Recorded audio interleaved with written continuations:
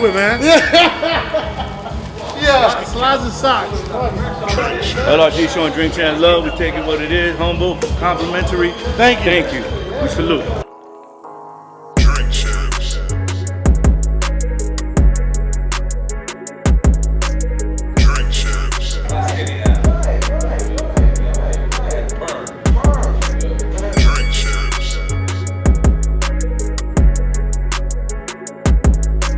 Drink Champs.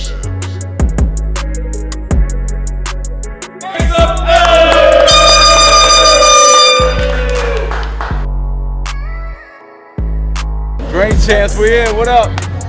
My relationship is with Kanye West. That's who you saw me with. We already got a lot of legends. Today, we have one. That ain't no trash way. And let's go. What it good be? Hopefully this what it should be. This your boy N-O-R-E. What up, it's DJ EFN. And this is Drink Champs motherfucking Yappy Hour. Make some noise! Now when you talk about legend, talk about a man who's not only made hits but been behind constant hits for years since he came in the game. I believe first time we heard him officially is 96 with Tribe. But I heard he started out in 93. We're gonna ask that later. Oh, you know we're he was gonna figure it out. that. But he has been, I had to do my due diligence, and I had to go, look at other interviews he's been doing and other things. And boy, it's a roller coaster. And most of us love roller coasters.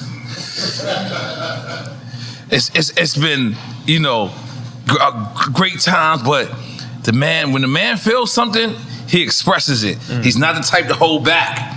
He's gonna talk what he feels. He's gonna feel what he says, and all that. But in case you don't know what I'm talking about, we're talking about one of the illest ghostwriters in the game, one of the illest hit makers in the game. Songwriters, excuse me. Big difference. Because he gets his credit. I got all my part. He gets his credit. His name on the back of Wyoming. I mean, You know what I mean? throw your rollies in the sky. You know what I mean? So in case you don't know, and he dipped in reality shows a little bit. But in case you don't know what we're talking about, the one, the only from my home borough, Queens, the fucking only Consequence. Now on Google, let's get straight. On Google it says. Pay no attention to Google. All right. Let me put that out the way. Pay no attention to Google. All right. That's some rando who could be a reporter or whatever, just hasn't done So their fact officially check. 96. No, 93. Oh, 93, that's what I'm saying. No, that's what 93. Google did say. It said first you record. started in 90. It started in 93 rhyming, but I guess your first official record was 96. Nah, started before that. Before that? Rhyming since 89. Wow. Yeah. Wow, that's real. Yeah, it's funny. I felt like Kevin Hart when he was interviewing the dude. He said, "Damn!" I almost said that. I almost said that. Yeah, But, Q-Tip mom was pretty much my first co-sign. Wow. So, my grandma. What happened was my grandma died in '89, and a friend of mine who I eventually ended up rapping with, his brother got killed same year. A little before that, maybe like winter '88, he got popped in like in a dead end. Wow. So what happened was my man Ike, his brother Lamar used to rap. So Ike, to cope with the grief, took his rap book and started saying his raps. Wow. And then my grandma, she died of leukemia, '89. So I started writing because I saw how it helped Ike.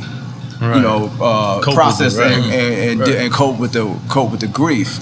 So that's how I actually started rapping.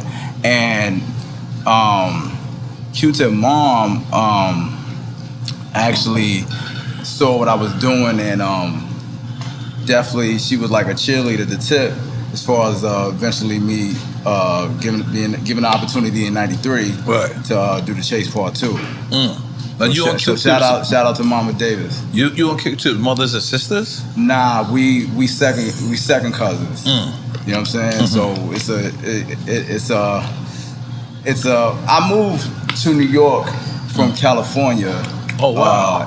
In in '88. Wow. You know, so I had connected with a bunch of family back on the East Coast. My mom and pop my pops was in the Navy, so we was living in San Diego. He was stationed out there. You know what I mean? My mom and pops eventually divorced, and then we came back to the East. But y'all was from New York originally, and then moved. Yeah, I'm from New York, and my sister was born in San Diego. Okay. Yeah. So that's how. I ain't never knew that. I never knew that. Yeah, so I actually got a 619 number that I'm about to turn off, but I got a 619 number. Right. Just in homage to that time period. Right. Yeah. So let's go over, because this, like I said, there's a couple of interviews with you out there.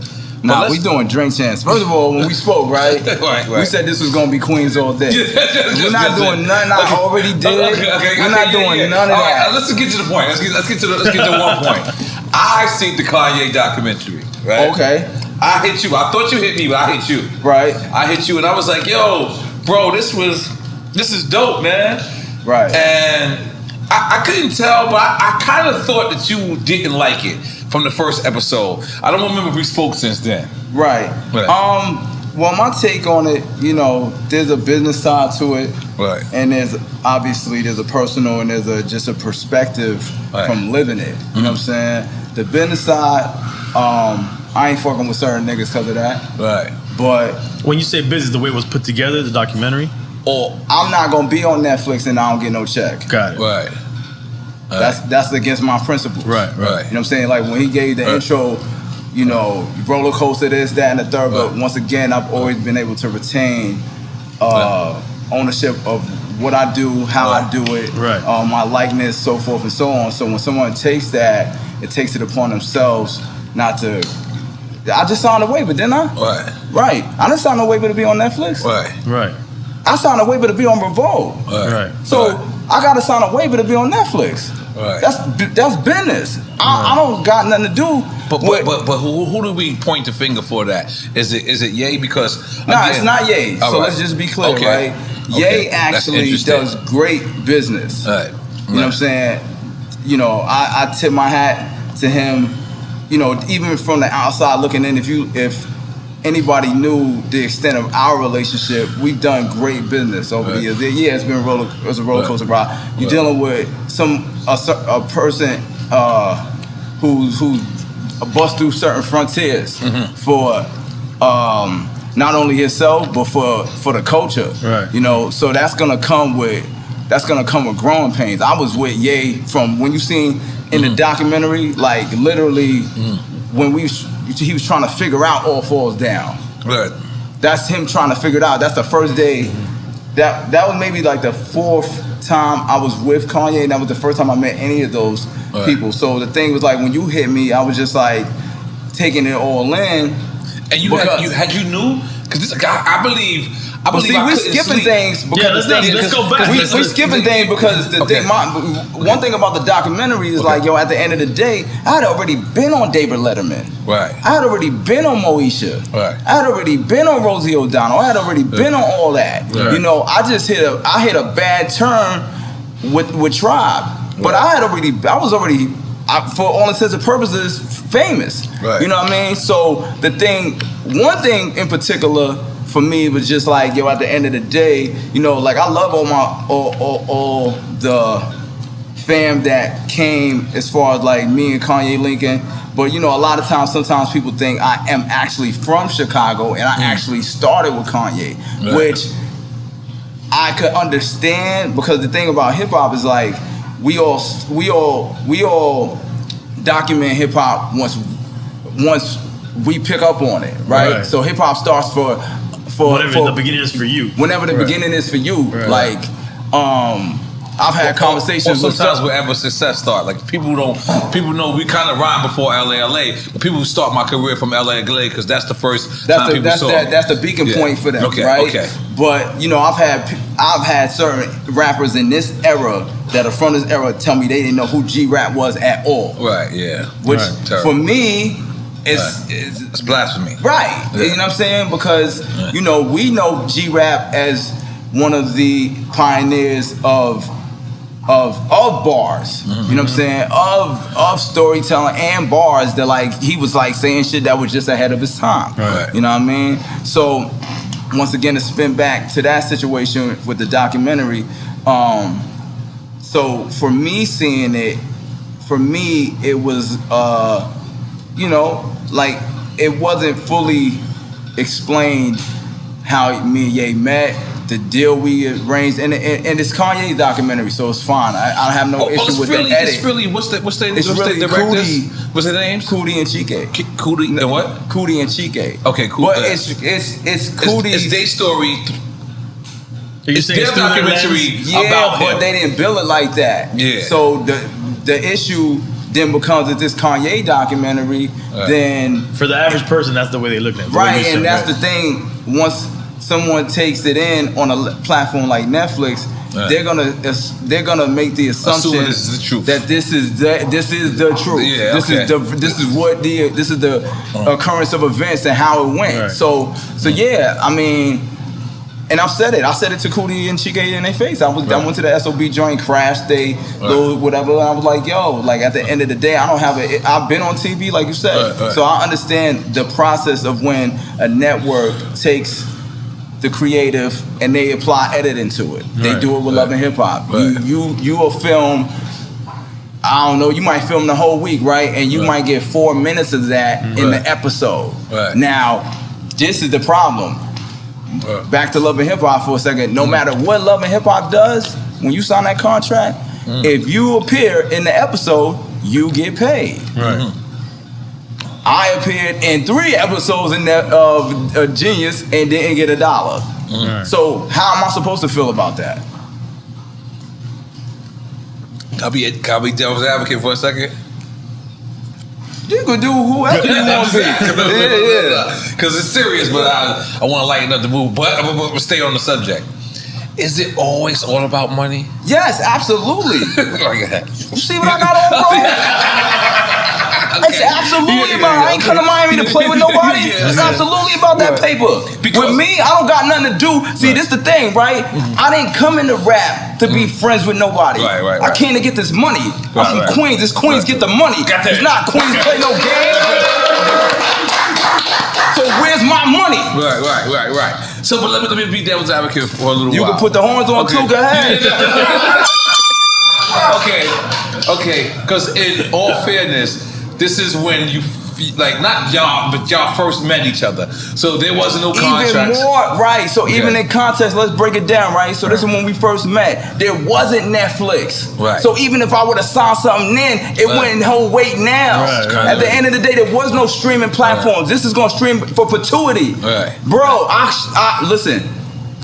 I get a nigga out of jail with the law library I know, fam. You understand? I pop a nigga out of prison, nigga. Feel me? I've been doing contracts since Tribe. Yo, bro, it's checkmate. I need my paper. Right. But and again, and that's for principle. I don't need it because I need it. I need it over principle. You know what I'm saying? It's just how you gonna do if you're gonna do business with your friends. Do business with your friends. You're not gonna do somebody else like that. And then tell them, you know, you'll make friends over business. But I've seen a lot of people make friends over business and then break up friendships over lack of business. Okay, but I throw you a curveball because, like, listen, you was the only one. Like when I heard that, and then I'm always the only one. By the way, okay, I'm always the only one. And then, I've been the only one. I'm the only one to ever join Tribe. Wow. But I'm the only one Ye would even consider to let write anything. I am the only one. I'm the one. Please continue. No, it was interesting because the same day, because I believe when I spoke to you, it was only the first episode was out, right? It was not. I didn't even know there was other episodes. I thought that was just the whole documentary. That's why I'm saluting you, and I didn't see your point. Actually, me too, because you was the first person that hit me about it, so I didn't know what the whole layout was. And like I said, it's due to the fact that I've done the kind of business that I've done that I have a point of reference of how to be treated. It's not my documentary. It's not Consequences documentary. It's Kanye's, or it's Kanye and Cootie's. However the creative part of it goes, I have no issue with that at all. I have an issue with from being able to operate as a from an admin side that there's no clearances. There is no check cut. There's no nothing. There's no getting around that. Right. But put the hat on the other side. For why? This is Louis. Right. Why? I said take it off. Why? Put it on. What if you had footage, and I'm sure you probably got some footage laying You know how many around. samples I paid for? Right, damn. Over my career? Right. There is no other side. You know how many times I sampled something I had to pay for it? Right. I had to pay James Brown 5% and $10,000 for Hey You, Lynn Collins. He didn't even say it. His estate wanted $10,000. Right. That's the game. Right. That is the game. This is the game we playing. This is the music business. This is not, we obviously. And why people own shit. Once again, let me put something out to you. Also, on the real, had I got a request or been asked by people I have relationships with, I wouldn't have this position. Right. I didn't go to the screen and I didn't get an invite. There's nothing for me. What we talking about? The Tribe documentary? No. For the you read Genius. We gonna get the Tribe in a second, but for the Genius documentary. I thought you was jumping around. No. I'm sticking with you. Okay, I'm focused. I'm with you. Okay. You know what I'm saying? So it's not about. To your point, you saying is everything about the money? Because the other side of that is the relationship, right? Right. But how is there a relationship without communication? Right. If you don't communicate, right, you can't take the relationship for granted, and you can't create a relationship that's not there. My relationship is with Kanye West. Right. That's who you saw me with. Right. Numerous times. Right. So my relationship is with him. If Kanye comes to me and say, "Can I get a concession?" It's a no-brainer. Right. If somebody just takes something and run with it, they're actually a thief. And it's called professional courtesy. Right, because you actually was doing the work for hire for Kanye at that time. And it's no respect to the brand value of where it stands right now. Like I just want a Grammy with Kanye for Hurricane. I'm supposed to have somebody take something from me. Right. That don't make no sense. No way, no how. Right, because let me just for 1 second. The same day I spoke to Talib Kweli, and because he was in the same episode, right? Right. So after I spoke to you, I expected him to kind of have the same attitude. And Kanye had just kind of like dissed him. Right. You know what I'm We're gonna talk about that. So when I said to him, we're gonna talk about that. So when I said to him, did you know?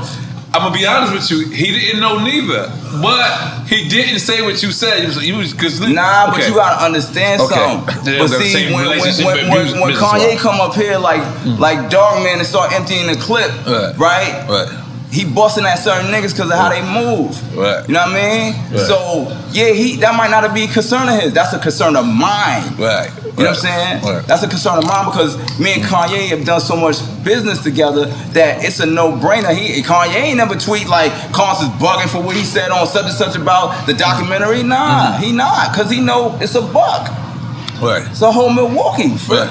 It's a whole Milwaukee, nigga. Word. Keep going. Let me have another part. Yeah, okay, man. This is good. So have you spoken to Ye since the Genius? Are you spoken to people around him? I'm sure. I mean, me and Kanye, we're number one. Certain things I could divulge in the public, certain things I can't just because of our business arrangements. But I mean, he actually kind of alluded to it when he put up an IG post and he shouted out Plain Pat. He said Plain Pat wasn't in the documentary. He was the intricate part of Kanye's sustainability as all the way around the board, creatively. Right. You know what I'm saying? He was like, if I had 5, I think he said something to the extent if I had 5, if my fingers were friends, Plain Pat is one of my fingers. I only got 4 fingers left. You know what I'm saying? And he also said that he felt the way about people clouding up off of him. And I could understand that because like even when I went to the SOBs, you said clouding up off clouding. Okay. Right. Cloud. So even when I went to the SOBs, the sneaky screening. When I walked in there, everybody looked like they were in trouble. Right. You know what I mean? It wasn't like, it was like, oh shit, he caught us. Did you get screening for part 2? Or for episode 2. Okay, episode 2. Okay, the LA screening was episode 1. Okay, you know what I'm saying? You know, and I performed the good, the bad, the ugly, and you know, like the thing is, see, that's what's confusing right there. You performed. See what I'm they saying? They asked me to though. Caduce was hosting it. See, I gotta stand up a little bit. Business is business. It's all business, Nori. None of this is personal. Right. None of this is personal. So at the end of the day, if I go on stage, right, they all gave. It wasn't like, yo, what you doing here? It was like, oh, you here, but I'm like, yo, but y'all doing the way y'all doing the whole is not on Front Street.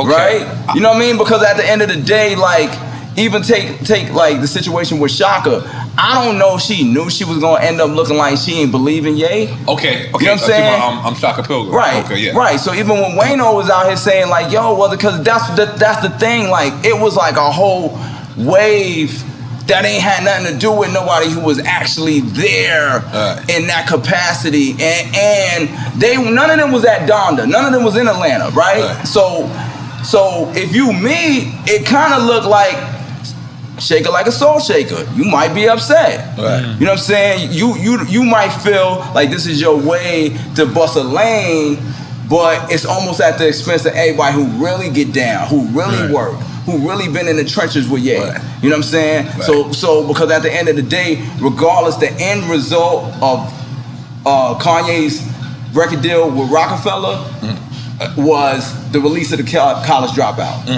right? That's the world. Phenomenal. So the thing is, once again, like I said, you're gonna go through growing pains in any relationship. A lot of what people fall in love with the final product, not the conveyor belt, right? So if they fell in love with the College Dropout, then by default, then they yo, I was doing this. All right. You know what I'm saying? They gave me an opportunity. You know what's so funny? Because at one point, when I was signed, I was still signed to Q-Tip through the UMA. Like, I was supposed to sign to Rockefeller. That's why it was so ironic. Well, not say he's supposed to, but Jay was very interested in picking me up. And it's funny that Jay's kind of always been, me and Jay, I met Jay-Z 1995 at the Gavin, and we always kind of intermingled. We never had like a one-to-one direct relationship, but we always kind of intermingled. So it was just so funny. It was like he spoke to Q-Tip about me, and you know, at the time, me and Q-Tip was going through a lot of personal things. So we didn't go that route, but I ended up kind of going that direction anyway. So just very ironic and I'm saying this because I'm actually saluting Jay, because you know we've had our share of troubles, but he's always seen the value in what I brought to the table. Right. You thought he took a shot at you on anybody run up on Ye-Z? I might. Yeah, I mean, you thought Jay was. Yeah, at the time, because it was up. You still think that though? At the time it was up. At the time it was up. Nah, I mean, cause look. Here's the thing, right? When we were going through what we were going through, it was a transition period, and me and Kanye had to have this conversation in private. You know, some of it is kind of, you know, it has obviously been in the public at the time. You know, the hard thing about Kanye as my brother, right, is that it's hard. It's hard when people will do anything to be next to him, right? So I've seen artists like literally, I mean, you know, people just will do anything to be next to Kanye West. It's just a real thing, you know. And especially Yeezys too. They want the Yeezys too. So look, here's the thing, right? It wasn't no Yeezys for me. Oh, back then.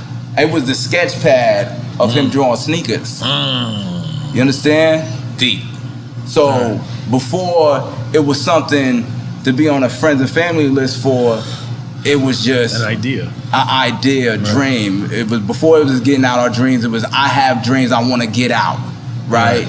And he and I essentially became like sparring partners on a mic, you know, and it actually worked. You know, he was Kanye's never been a person that was struggling for money. You know, his mom's was well-to-do as far as having influence and having her a great career in Chicago. So he was. I never met Kanye. I never seen Kanye struggle. I never seen none of that. But what he was came out with a pink polo. I mean, before the pink polo was part of the product. I mean, when I met him, you know, he had a Benz. He wanted a bigger Benz. He had dreams that he wanted to see coming to fruition, and he just it was more about having the tools. So when I said earlier about me being the one that he would actually rap with, take rap from, et cetera, et cetera, et cetera. It's real. It's at one point we developed a comfort level to where it was like, yo, help me with this, bro. Help me with that joint. You know what I'm saying? Remember, I had wrote a record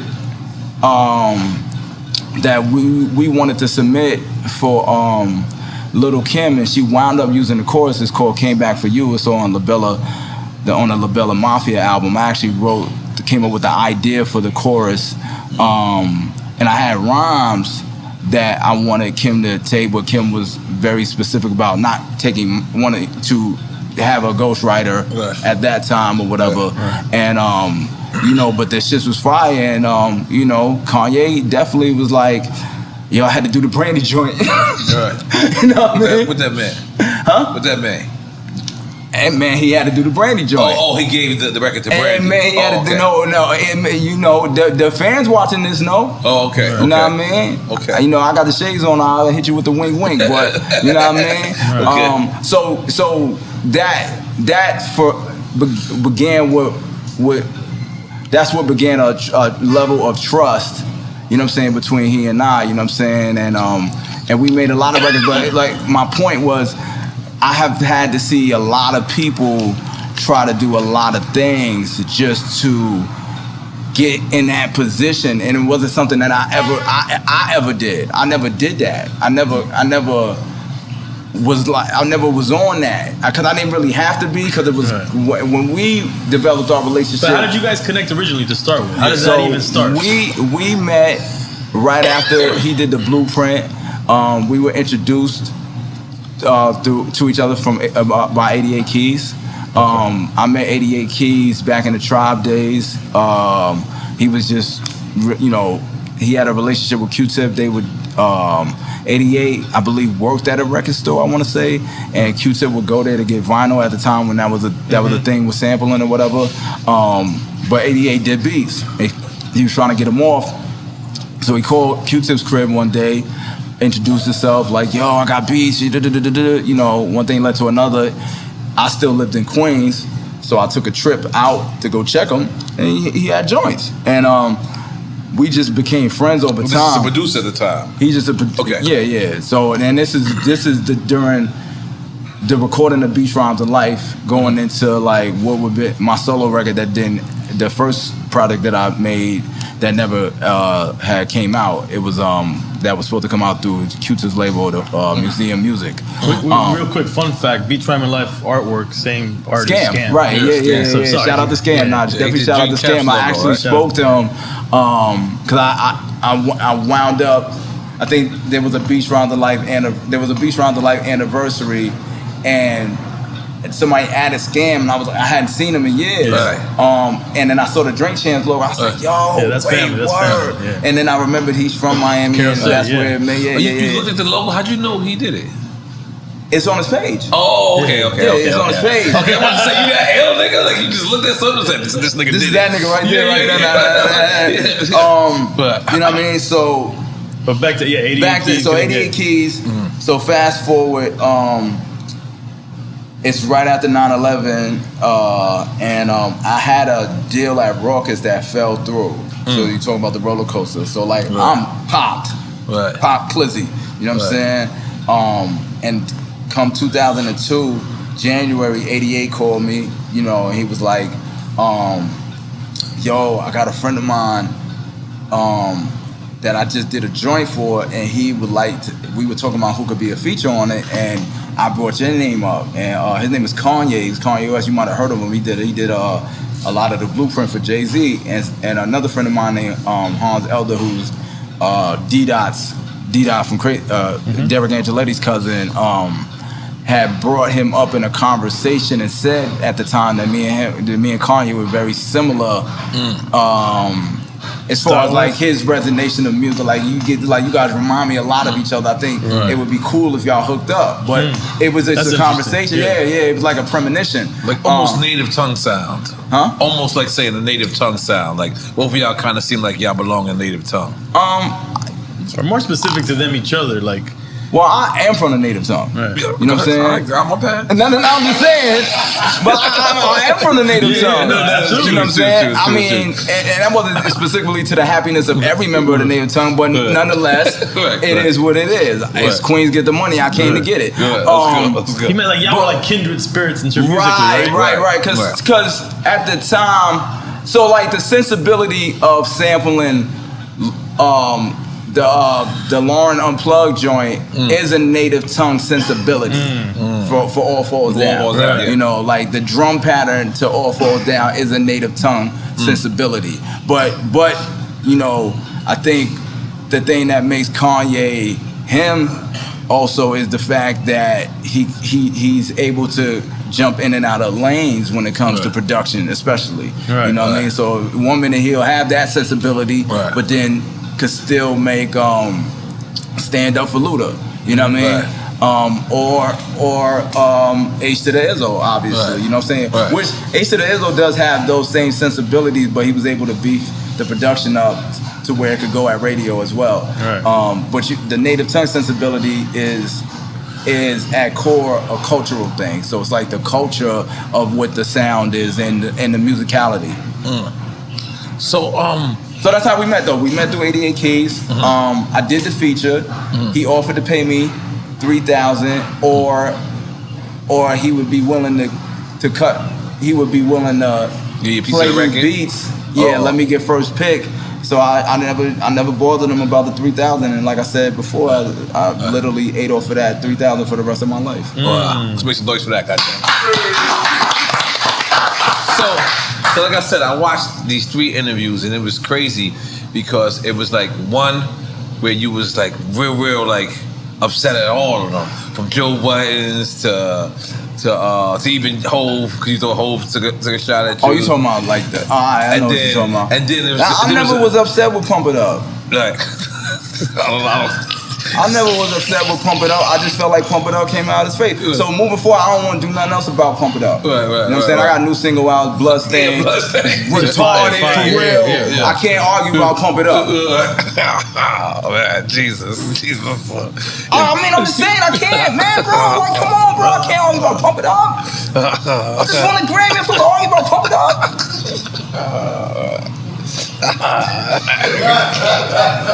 God, you told me I was a legend. I'm gonna Pump It Up. I ain't stressed out. Party, hurricane, Selah. I'm gonna argue about Pump It Up.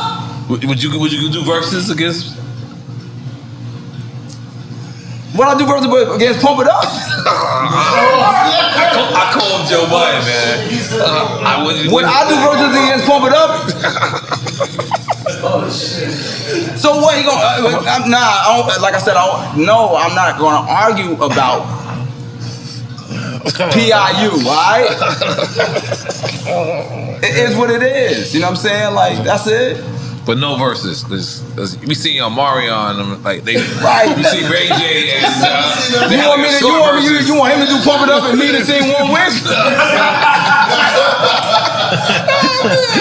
I didn't know he was gonna do that. Oh shit! I wasn't ready for that. Oh shit! So moving on. Let's move on. Moving on. All right, boom. Yo, I rap back to back with Busta Rhymes on Tribe album. I'm supposed to come on. Like, we gotta put some respect. Like, I'm channeling Birdman. I'm channeling Birdman. We got to. You know what I'm saying? Like, you know, that whole situation was Love and hip hop. Love and hip hop, right? But let's be real. Like outside of love and hip hop, like yo, if you run through mine. But he know how to rhyme though, cause you can't say. I didn't say. I never said. I told him to his face he could rap. I never said Joe Budden can't rap. Yeah. I'm just saying when you go on that, there's a difference between rapping and hits. Right. He got a lot of mixtapes though. So do I. I gotta take him to the cleaners. I like this type of talk. So do I. I gotta take him to the cleaners. That's one of the best mixtapes of all time. Like I put Kendrick Lamar on a mixtape before anybody did. Talk that talk. I got Mac Miller on mixtape. I got a bunch of mixtapes. I got a bunch of hits too, and I got 3 BMI awards. Chunky. No, we respect that. I wrote. Let's make some noise for that, matter of fact. John Legend is rapping on my first album. But don't front on mood music. Come on, you front on mood music. Stop playing with me. You spit that one out. You ain't say that with your chest.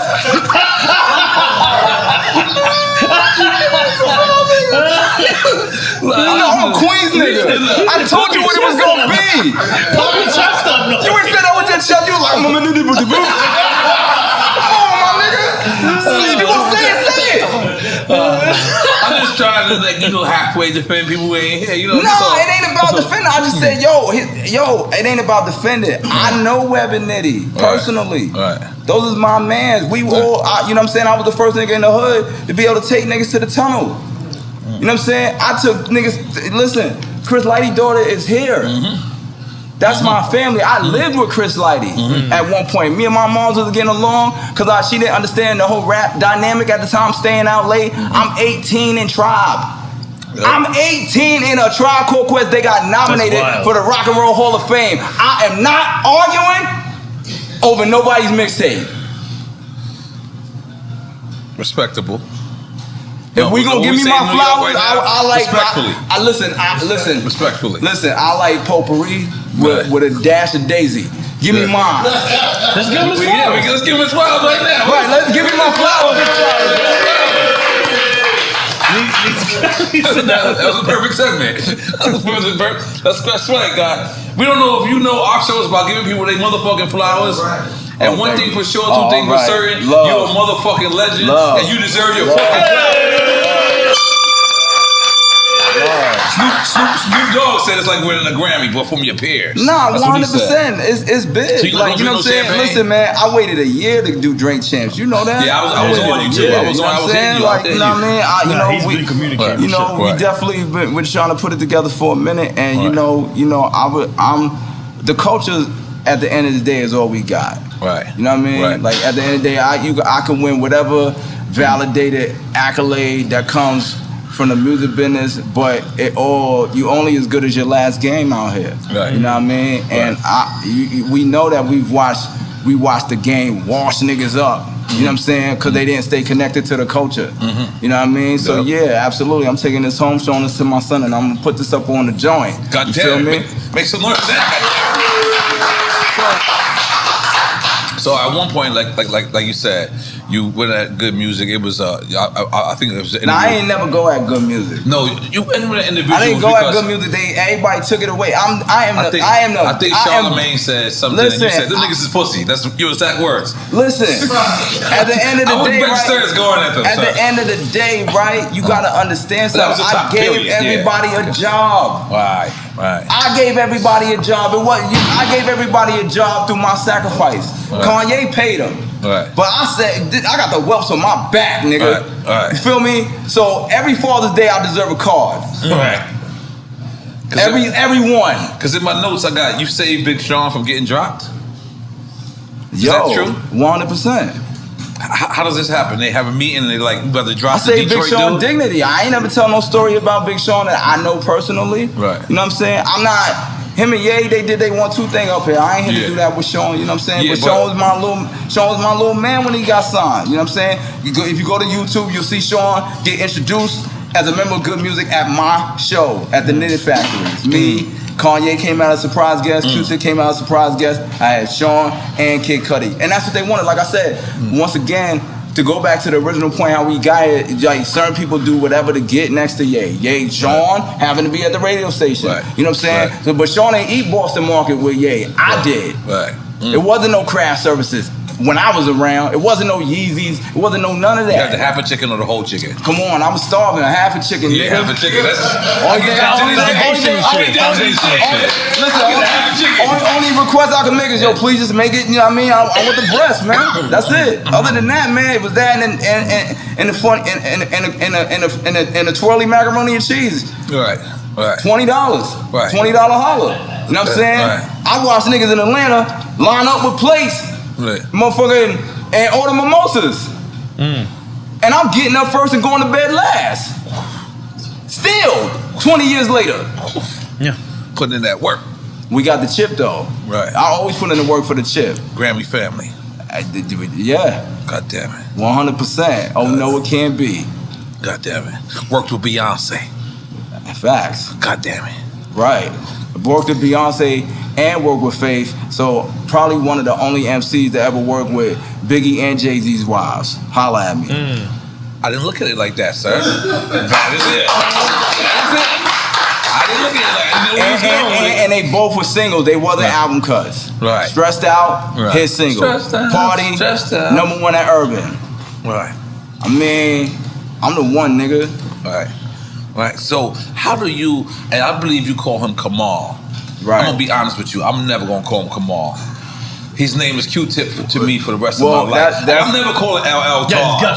Like people be calling him Tar. Like, who the fuck you talking about? Like, that nigga's LL to me for the rest of my life. Right. But I'm not family. You know what I mean? I'm family that's outside family looking in. But you said, I think he was even mad at Kamal. Excuse me. He was mad at Q-Tip one day, and we was talking, and you was like, Kamal. I didn't know what you was talking about. I've been mad at Q-Tip more than one day in life.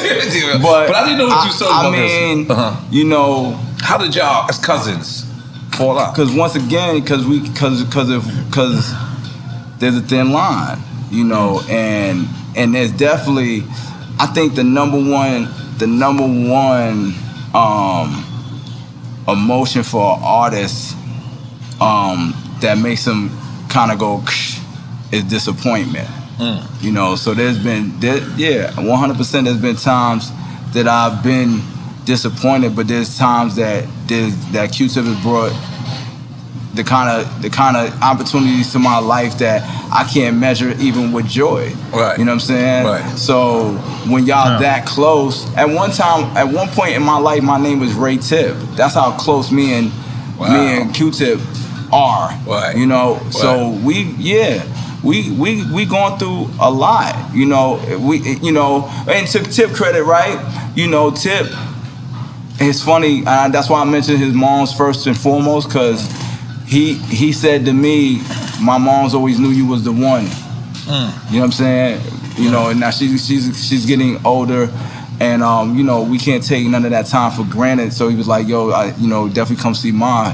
You know what I'm saying? It's important, and it is important because she did call that, and so him saying that was that you the one that. She basically was telling him, you the one, he's the one you should take a chance on.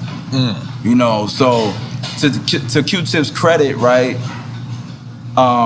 without me going in the tribe, I never meet Kanye, and if I never meet Kanye, we don't know what happens, right? Because Kanye, you know, I feel like Kanye was always gonna be successful. He's a successful person. Right. So he understands what it takes to be successful, but he's even acknowledged that, you know, especially in the beginning, you know, he and I being around together, you know, was very much, I was very influential in the swag, you know what I mean? And so, you know, how I look at it, you know, because I don't have any venom unless somebody comes at me, and you know, that comes about because of Q-Tip, you know what I'm saying? Because you know, if Q-Tip doesn't say, you know what, I'm going to roll the dice on this kid. Regardless of relationship, you still got to be able to hold it. And I think Q-Tip knew I could hold it. Right. And that's what his mom was saying, like she knew I could hold it. She was like, I'm telling you, you give it to him, he's going to be able to hold it. I held it for Beach Round the Light came out in '96. It's 26 years. I've held it, and it's been a mechanical bull. So it's like, you know, you holding on, you holding it though. You know what I mean? It's so many of my peers that started before me or even after me, you know, they don't have a firm foothold in music. Right. They don't. You know what it seems like from the outside looking in? Sorry to cut you off. It seems like when you someone's friend, you someone's friend. Me? Yes, you someone's friend to the end. 100%. But if anything happens, you also would become the enemy. Nigga, I'm training to go. Is that becoming an enemy or just calling them out as friends? It's just that I'm not. See, the thing is, I'm just not a yes sir man. Right. I'm not a yes sir fall in line. I ain't gonna say I ain't a yes man. I'll tell nigga, yeah, that's it. Keep up the good work. You know what I'm saying? But I ain't a yes sir bow, nigga. Hit your head. Nah, I don't. There's only one I bow to, and that's the Most High. So it don't matter when it get to a point where the Most High ain't involved no more, then it's up. That's how I feel. You know what I'm saying? So when we doing ego, that's not the Most High no more. I deal in blessings. I felt like when Kanye got on. You know, I'm Muslim, but I felt like him making Jesus walks was a positive thing, and it was a blessing. You know what I'm saying? Because at the end of the day, Muslims believe in Jesus too. Yeah, right. Because Muslims believe in Jesus too. But and just the fact of trying to engage a mass audience into consciousness of the soul. Right. So you know, because at the end of the day, you just don't know who you touch when you do music. So when you have a good intention, I feel like God will open doors for you. You know what I mean? And I still believe that to this day. You know what I'm saying? And so yeah. So when it get ungodly, like. And it's like snaky vibes. I don't. Yeah, but how does one fall out with their cousin though? Like, because anybody can fall victim to snaky vibes. The industry did it. Is it like the industry snaky vibes? It wasn't over Thanksgiving. Right. We didn't have a problem over mashed potatoes. Right. You know what I'm saying? We had you know there's at the end of the day. My thing is like in this platform, both Nori and I have worked with a Tribe Called Quest, right? Yes, sir. So it would behoove either one of us to have a conversation about Q-Tip in a negative connotation. Right. I just feel like we've had to go through things that we've gone through. We've gone through those things. You know, Q-Tip is the elder statesman in hip hop. And he deserves his privacy and he deserves his regard. Right, absolutely. Like one of my favorite styles of movie is documentaries.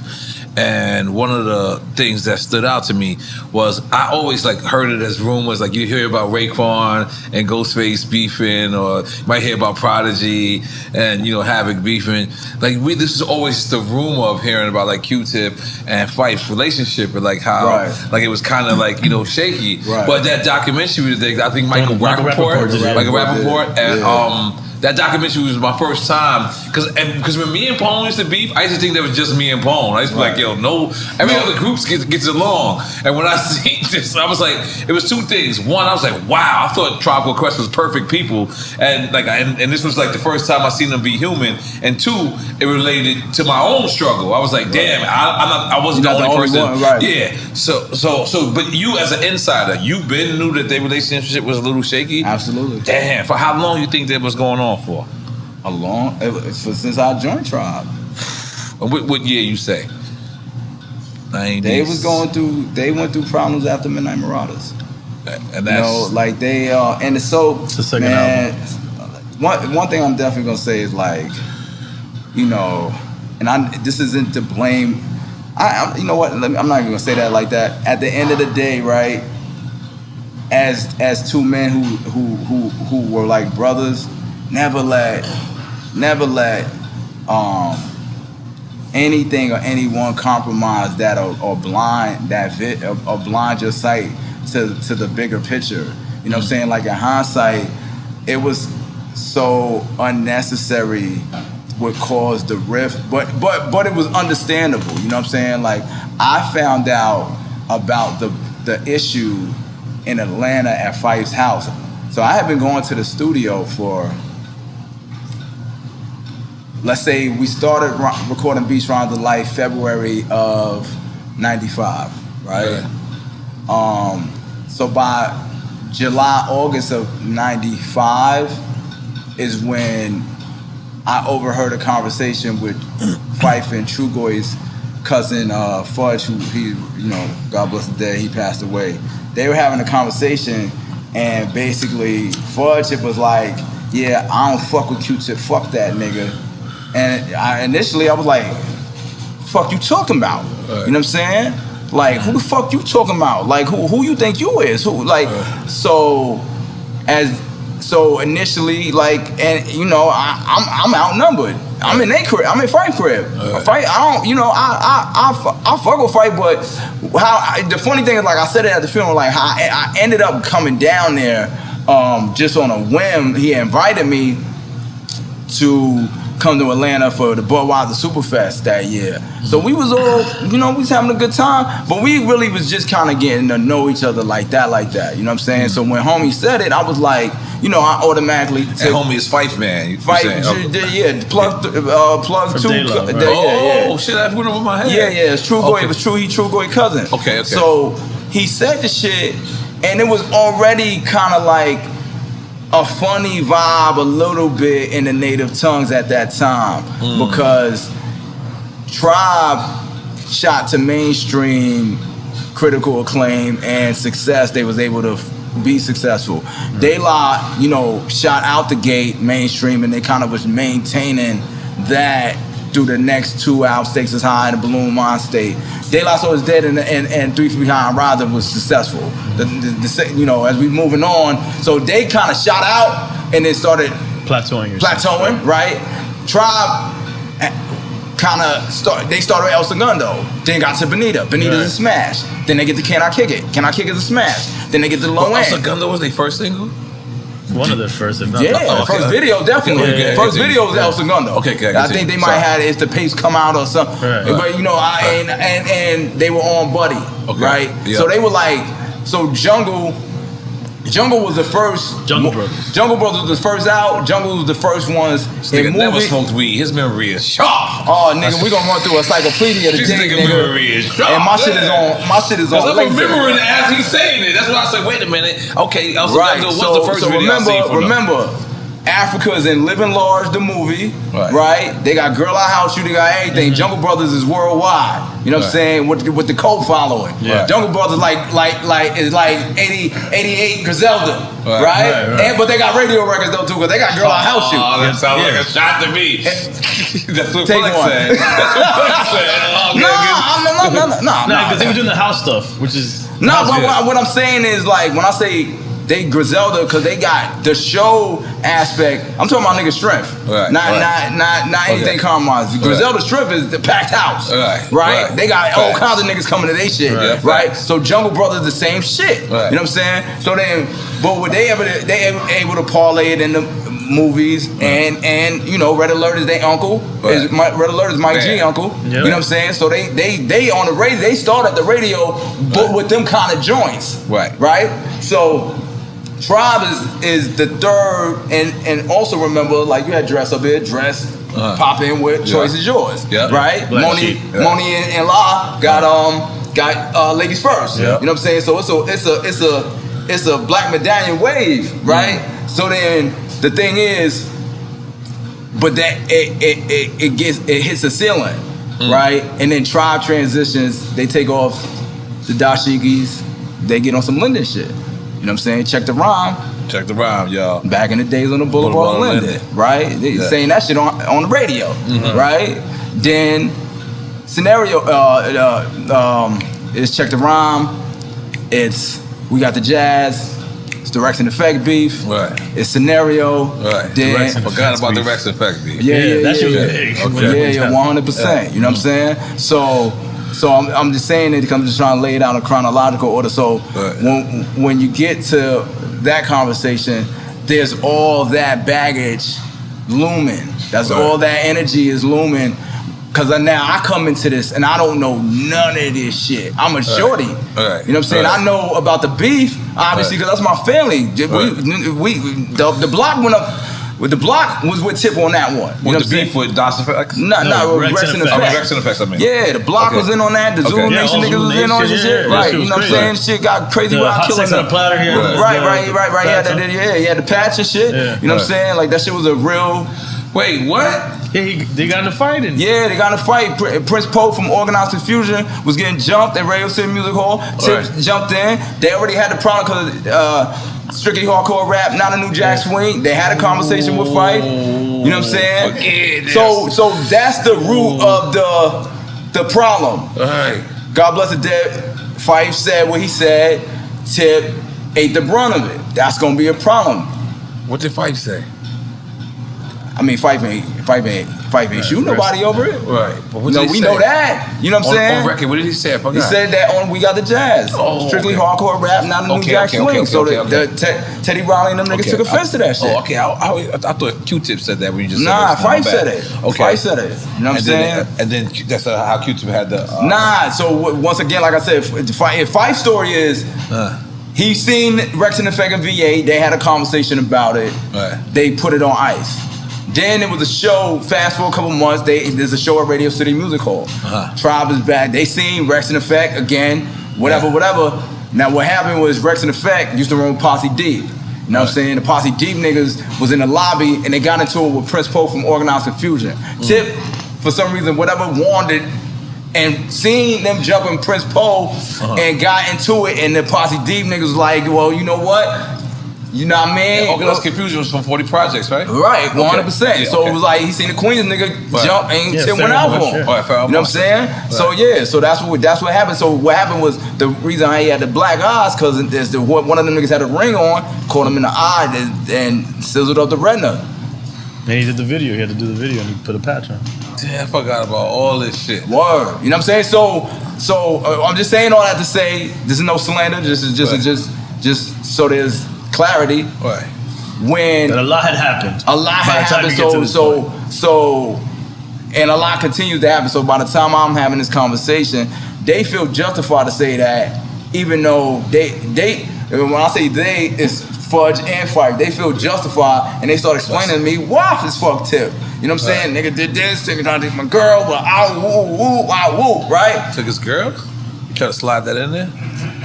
Before the DM, it was the tour bus. Talk about the tour bus, cause. But I'm saying before the DM, niggas was sliding the tour bus. Know what I mean? Closing, you know what I mean? Hey, they said, you know, your man got a 30 piece because he slid shorty back in behind with the curtain, and all the dancers was like on a documentary. Oh, he had Leah back there, right? Niggas was sliding on the tour bus.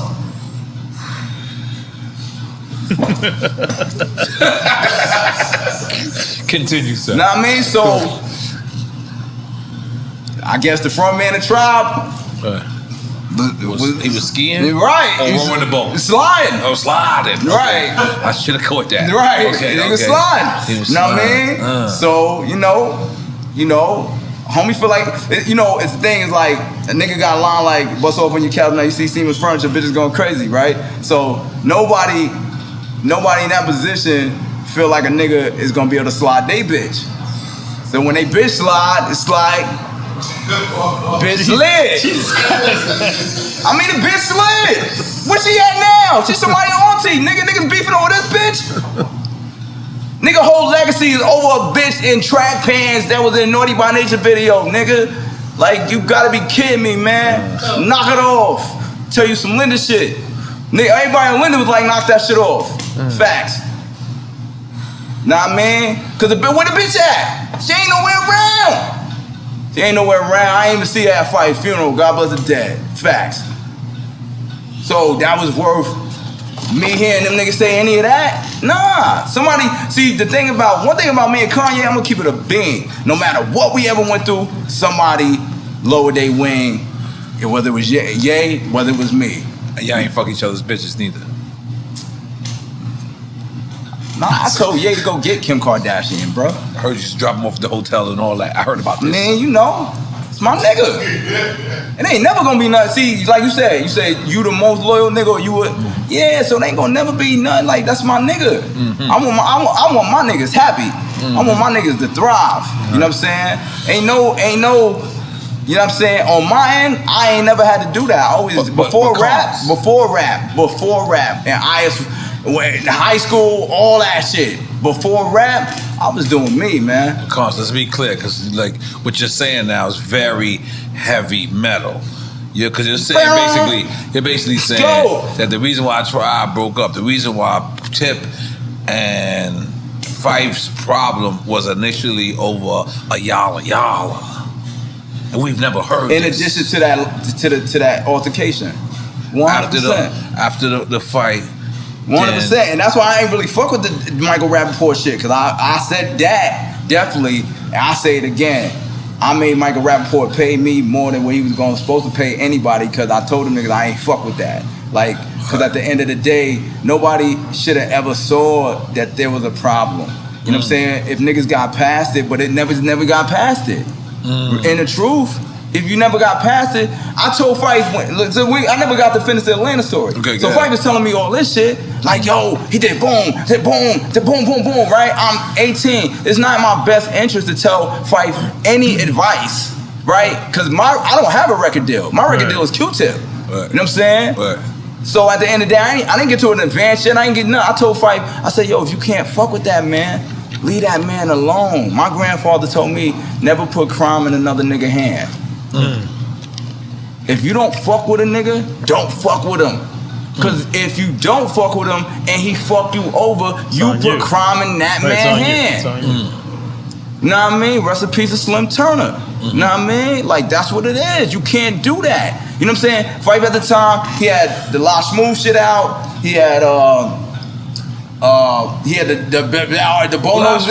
But we don't got nothing. Right. So it wasn't like he could have. Go solo. You know what I'm saying? Go solo. If you ain't gonna fuck with it, if it's that serious for you, why? And I'm not saying to leave his group. That wasn't what I was trying to say. What I was trying to say is, as a man, right? I can't. You acting like you can be with somebody who you can't really be with, like. Sometimes with different niggas, you need to give the nigga space. But if y'all trying to hold the group shit, you got two choices. Put it to the side, or this is gonna explode in your face. Right. You know what I'm saying? And I think the latter wound up happening, even in Beach Rounds of Life, it was bittersweet for me because I didn't have I was looked at like I fucked the chemistry up. I didn't fuck no chemistry up. Well, like when they added you to official member of the group? Because I was on so many records that it was perceived like, you gotta think, like it was perceived, and I understand the perception, right? Because when you got something that you love, right? And let's say you a kid, right? And you order a Happy Meal, right? And instead of a hamburger, it's a pastrami sandwich with fries in there. Right. Yo, I ain't asked for this. Right. I don't give a fuck what toys in there, none of that. Like, that's not what I ordered. Right. So by Midnight Marauders, Tribe was a Happy Meal to the public. It was like the burger, the fries, the toy, the drink, right? They knew what they were getting. Right, they knew what they were getting. And so when they got Beach Rounds of Life, it was like a roast beef and cheese with potato chips at McDonald's. Doesn't make sense. Right. And a shake. I'm about to shit on myself. Still good though. Later. Right, but it took a second. Once you finally taste it, but you gotta go through the initial shock of opening the box. This ain't what I ordered. You're gonna be disgruntled at first. Right, you're gonna be disgruntled at first, and that was the backlash of Beach Rounds of Life, and that was unfair to me because I didn't know none of this shit walking in. Right. You know what I'm saying? I wouldn't even, had I known. That's why when we did the last Tribe album, I didn't do nine songs. I was like, and I didn't mean to do the 6 that I was on, but it was more like I was just, my shot was hot. So I couldn't stop it. You know what I'm saying? But everybody in the group was cool with you doing that many songs. Come on, man. You that's loaded, man. Bah! Can I get a cigarette before you shoot me? Can I say my last? You know they. Come on, man. You know the stories.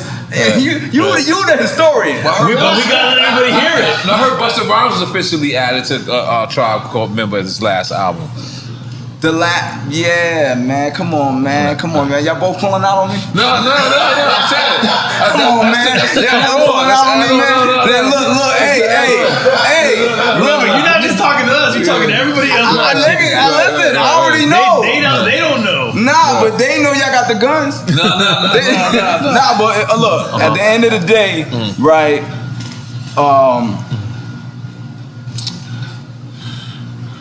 You answer your question first, and I'll go back to yours. It's a little longer to explain. All right. As far as Busta's concerned, so last album, yes, Busta was a member of Tribe, and obviously so was I. And you know the zeal behind everything was to celebrate Fife and his life. You know what I'm saying? Right. That was the bigger picture. You know, obviously, I think people need to understand there's going to be behind the scenes things that make sense, don't make sense, that have to get ironed out, so forth and so on. But as the final product, yes, Busta was a member of Tribe for the last album. Right. He definitely was do that. Yep. You know what I'm saying? Right. He's always been a standout performer when it came to Tribe Records. Right. He's always been around. He's been around us as long as as long as I've known. As long as we've been like rapping, like Busta been around. Busta had the Pathfinder coming to Linden. Busta used to smoke. Once upon a time when I did smoke, it was I would smoke with Bust. You know what I'm saying? It's my man and shit. You know what I'm saying? So special noise for Busta Rhymes and you. And rest in peace, Five Dog. For being inducted in the Tribe Called Quest Hall of Fame. How about that? Right. Yeah, That's I mean? How about that? For us in Queens, like that group meant so much to us, the Tribe, and I don't think I've ever like publicly, like other than like when you was going through yours with your family, I don't think I've ever heard somebody publicly diss Tribe. But I didn't diss Tribe. I never diss Tribe. I as a group, I've never dissed Tribe because I come from Tribe. Okay, you're right. You know what I'm saying? Right. I had a discrepancy with Q-Tip at a certain point. I mean, I've never. Jerobi wasn't in the group when I was there. So I was about to ask my next question. Go ahead. That's crazy. Wait, don't go over what I asked crazy, first. You gotta go back to what I asked. Please. I swear to God, you're still in my interview now. Can I have a water? Yeah, shit, hey, take my last water. You sure you don't want no champagne? Maybe later. You know what I mean? I can't do it right now. We gotta celebrate you. I can't do it right now. We got champagne, Japanese, De Leon. We outside, baby. You know what I'm saying? We outside.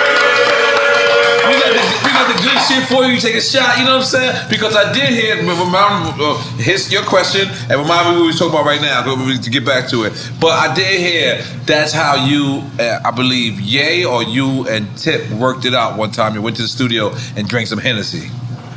Nah, I hear that when you went to go listen to Pablo. I work out my problems via wire transfer. Okay, my bad, sir.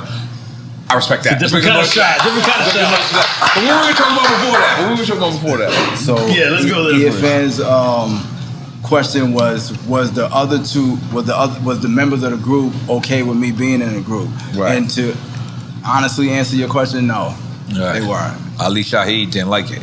So no, it wasn't Q-Tip that Ali didn't word? like it. He didn't like. It wasn't that he didn't like it, and it wasn't that Ali didn't get with it. I mean, me and Ali have had a long relationship just together, just outside of Tribe. I would never sit here and say I'm not here to badmouth Ali. You know, once again, that's my older brother. You know what I'm saying? So he's always.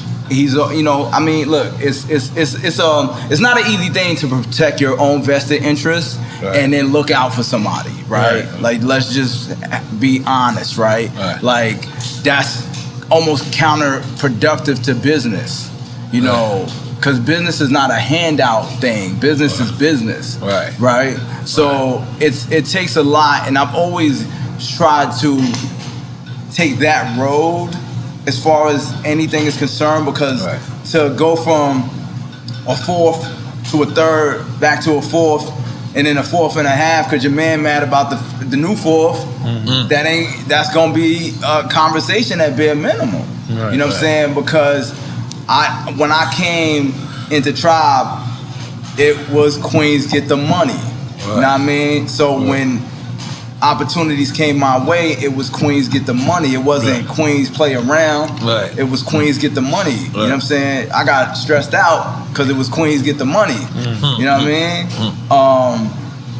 And so Queens get the money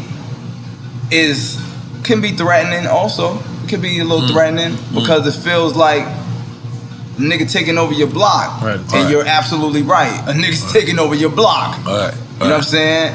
And unless somebody stop them, it's not gonna stop. You know what I mean? And you know, for them, they platinum at this point. It's a platinum block. It's not a hole in the wall. It's not. You know what I mean? It's not somebody mom's dirty attic or whatever. These niggas is in there bagging up. These niggas is all over the world, not the place, the world. You know what I mean? And to have somebody from Linda Boulevard come and do what I did was, on my behalf, it was amazing. And for them, it was, you know, it's understandable. It's an understandable tribulation. So yeah, but no, you know, I think eventually got used to the idea, and I think eventually I earned their respect because they saw that it was Queens get the money. You know what I'm saying?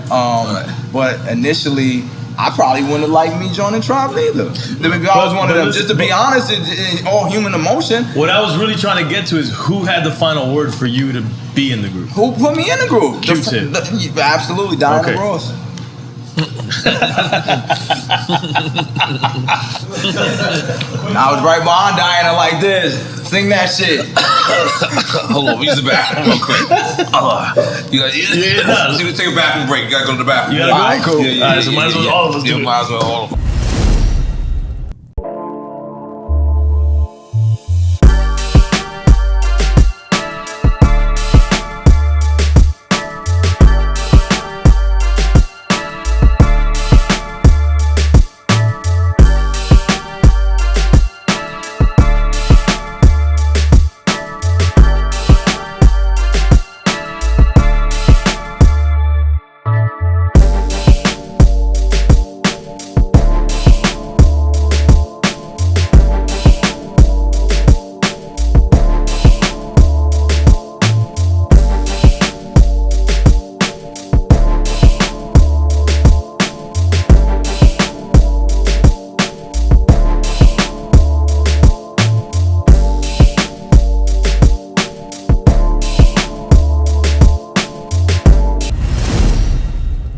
So during the pandemic, I seen a video that you put up. It's called "Lost a Million." What's that about? I mean, it was therapy for me being sick. During the pandemic, I got diagnosed with SLE lupus and type 1 diabetes, and it kind of rocked me. Just to be honest, you know, it dropped down to like 107 pounds. Whoa. And, you know, doctors basically told me if I didn't take certain measurements, it was a, you know, it's gonna be Royale Gilmore. Wow. It's gonna be Gilmore's funeral home. So, so I did what I had to do. So, I mean, in the video, it was just me. It was a record that I used just to start working myself back to life. Honestly, you know, that part of the roller coaster wasn't fun. Wow. You know what I mean? But you know, it's been 2 years since then, and I'm back. And you, so while everyone's catching COVID, you right? I thought I had COVID. Wow. Initially, I had been going through. So I had shot a video with Conway actually. This joint called Complex Con, and my son had jumped on my back, and before that I had been traveling around with Kanye a lot on airplanes, Like, I mean, we was taking jets everywhere. Like Kanye or Conway? I was traveling with Kanye. Okay, so Kanye, he was doing the okay. Sunday service / the JIK album.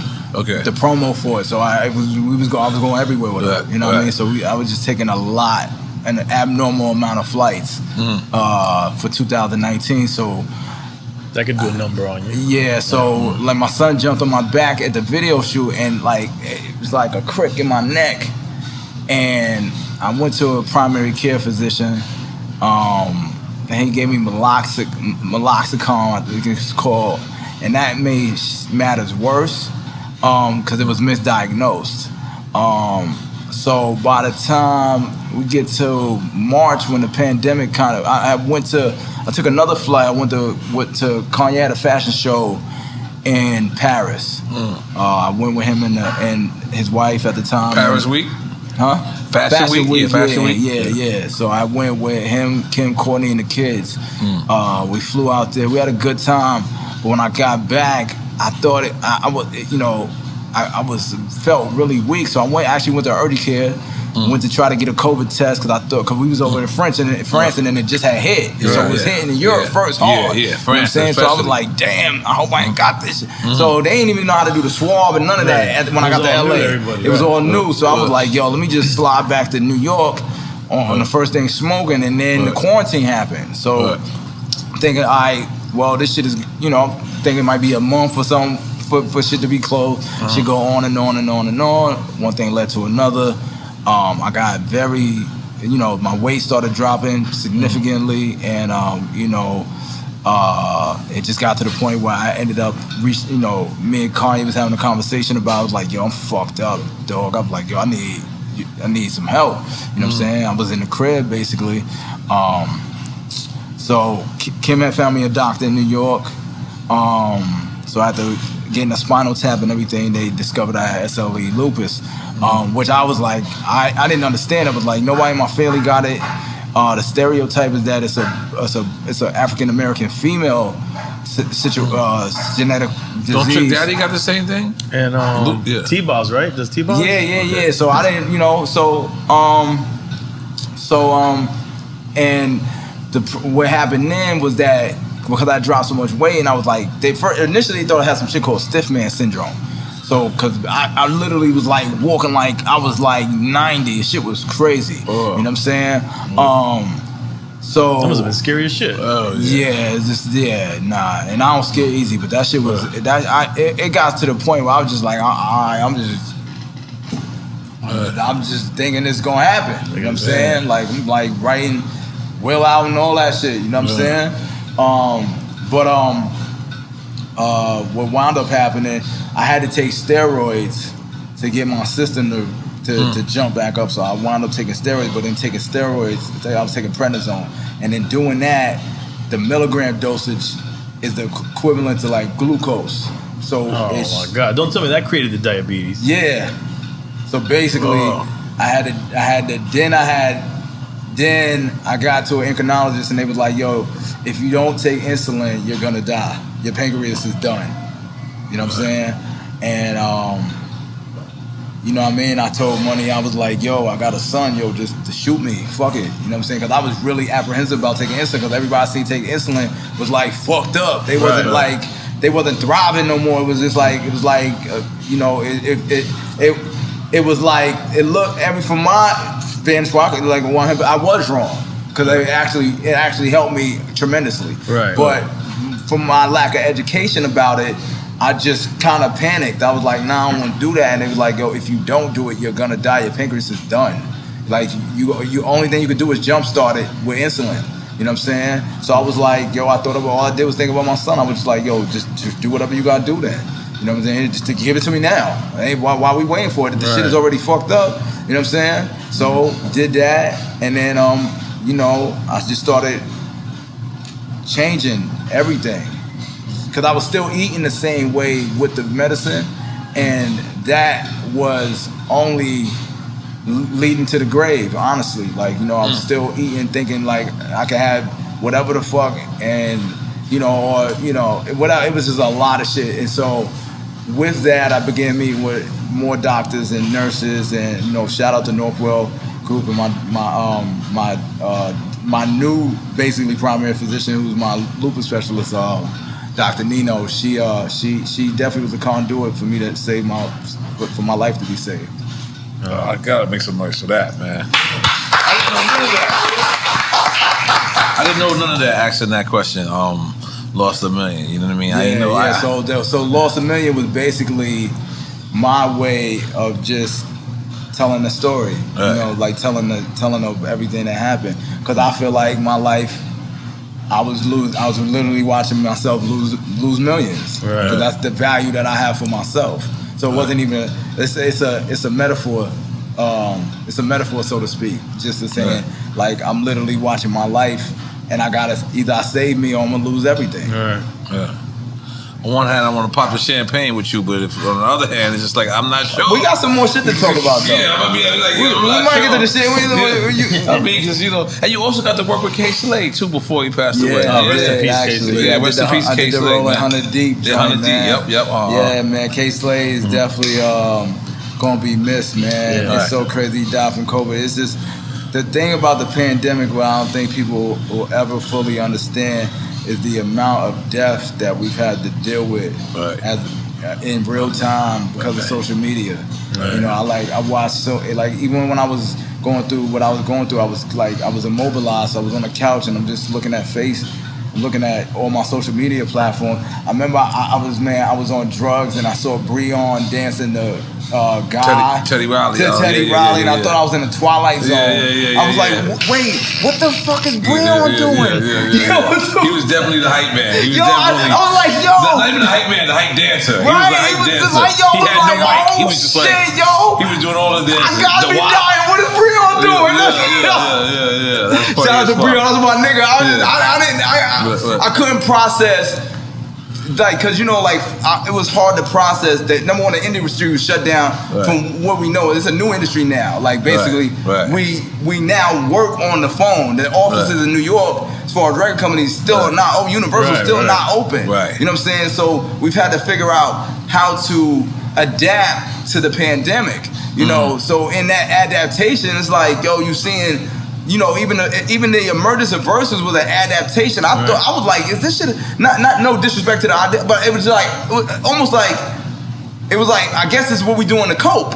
You know what I'm saying? D-Nice doing what he was doing, like right. D-Nice shit. Like that shit was like, yo. I remember, man, first D-Nice joint. He was like, yo, Cons, what up? I seen like.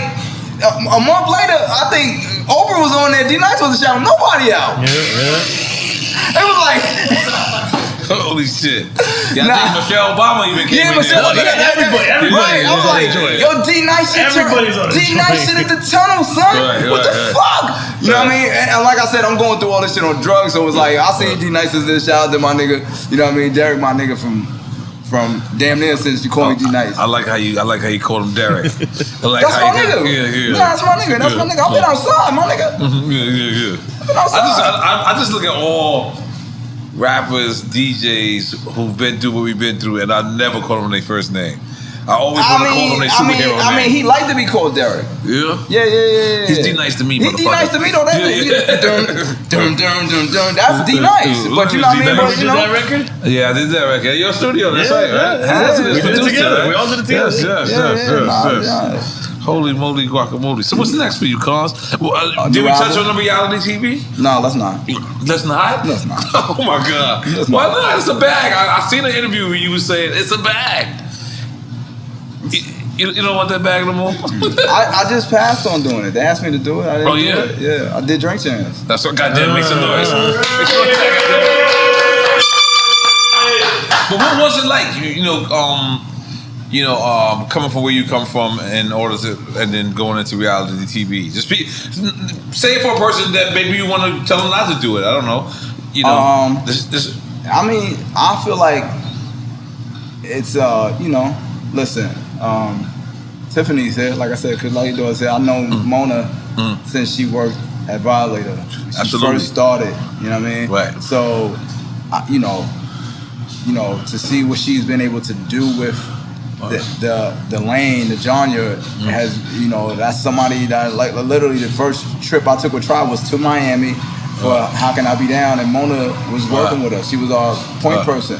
You know How Can I Be Down? That's a lot of things. Yeah, you know what I'm saying? So like for me, you know, my hat is off to Mona. You know what I'm saying? Like I spoke to Mona. I actually, you know, all full transparency, you know, the thought had crossed my mind to maybe do another season because of all the shit I got going on, and I'm just in a different space. But I just think that for me at this point, like I've done so much that it wouldn't make sense to go back. Right. You know, just in full thought, because I literally about to go. They doing like an episode that's like a, you know, some like what they doing now type shit. They asked me to do it. I was just like, yeah, right now they ain't in the fighting. They didn't throw it's drinks. changed since he did it to now. When you're doing it, it's changed, right? Completely. You can't throw drinks, you can't fight. It's not so it's not no fun for me. It's not no fun for me. I had the first reunion fight. Right. Oh, with the fight with your what? I forgot. That's why. You're the one that jerked. I didn't even put 2 and 2 together. I'm a bozo. Okay. All right. Now I get what's going on. Okay. Yeah, you know what I mean? So, you know, that was then, and it's cool. You know how about you? You still with your lady, Jennifer? Nah. Oh, really? No, I didn't know that. I got a new lady. I got a new lady. You know my new lady. Oh, damn. Are we blowing it up? You grew up with my new lady. Who? You grew up with my new lady. Really? She called you Poppy. Okay. And I'll be mad about that shit too. Because it sounds right. That's my name in my hood. I know. She showed me baby pictures and shit. Let's make the noise. Yeah. That's what's up. She's like, could you tell Poppy I said hi? Like, I'm gonna be honest with you, man. You say Poppy one time, man. Nah, but you know her brother, y'all grew up together. Her name is Melody. Oh, okay. Hell yeah, I know Melody. Yeah, Melody is my. I grew up on the same floor. Yeah. Not even just the same hood, same block, same fucking floor. Yeah, she know your sister. Yes. Real shit. So That's what's up. Lady. That's what's up. Hell yeah. You look like you're in love. I see the way you looking. Nah, that's mom. She take care of me. Okay, I make some noise for you. I see you in your face. You smiling for real now. Okay. Because I know what I deserve now. Right. You know what I'm saying? Right. I know what I deserve. I know what the work warrants. You know but you ain't go through a nasty breakup or something like that with baby mom. Listen, at the end of the day, I have my son. Right. My son is my gift in this life. Right. And regardless of whatever I go through, that's the final product is Kaden. You know what I mean? And me and Kaden actually got a video coming out called Who Shot Jamal. It's on my album. It's incredible. Who Shot the Mall? Who Shot Jamal? Oh, Who Shot Jamal? Okay, yeah. I seen the trailer. I seen the trailer. Yeah. So it's basically our dialogue, between father and son about dealing with murder in the black community. Wow. I think a lot of times, you know, too many times there's bodies, you know, there's bodies in the street that nobody know what happened to them, and the police don't really care. And then, you know, unfortunately, families do the police work. If there's any police work to be done as far as like getting just that closure, you know. So we having that conversation in this record, and it's important, and I'm looking forward to it. And Kaden and I are also doing a group album called 192 that Havoc is executive producer. Wow, that's dope. Yeah, so he 10 lit. Just got sturdy on the Summer Jam screen and all that. So that's I'm not gonna criticize others and not keep a player myself. So I don't do the thing with the girls and the dirt and all that on no platforms. I don't do none of that. You know, I just I keep it where I keep it. Right. So what do you feel like about like parents who like?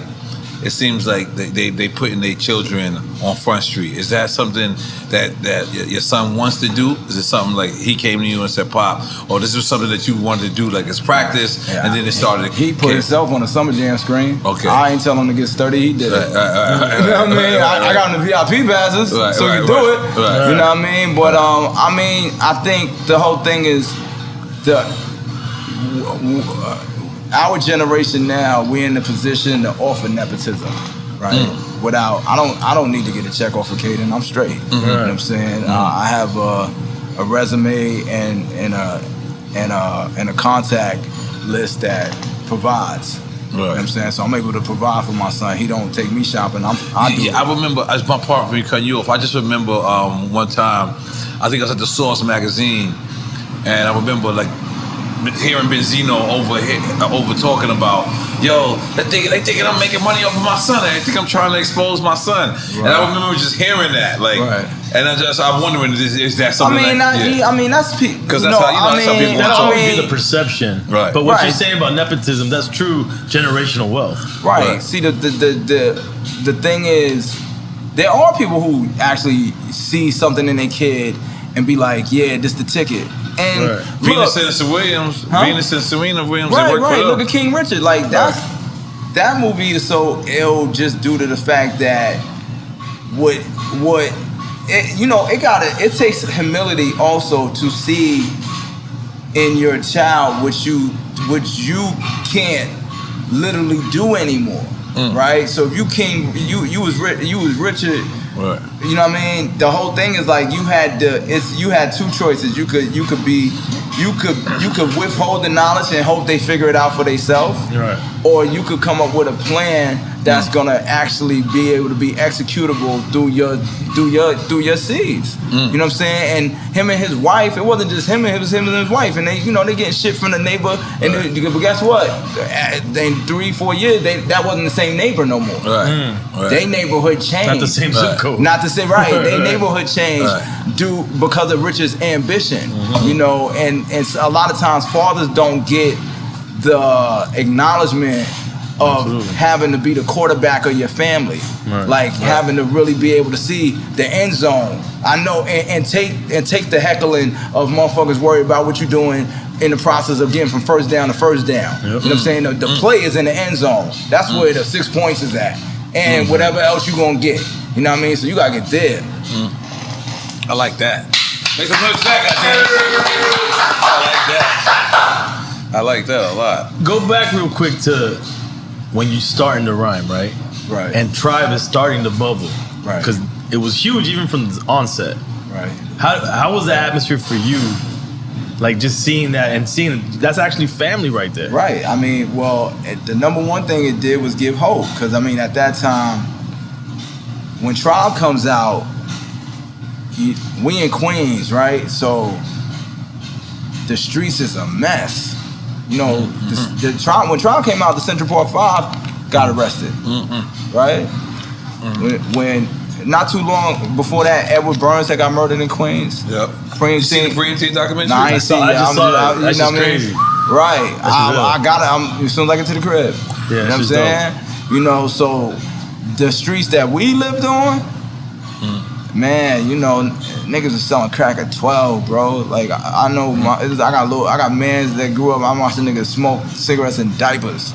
Like shit was out of control.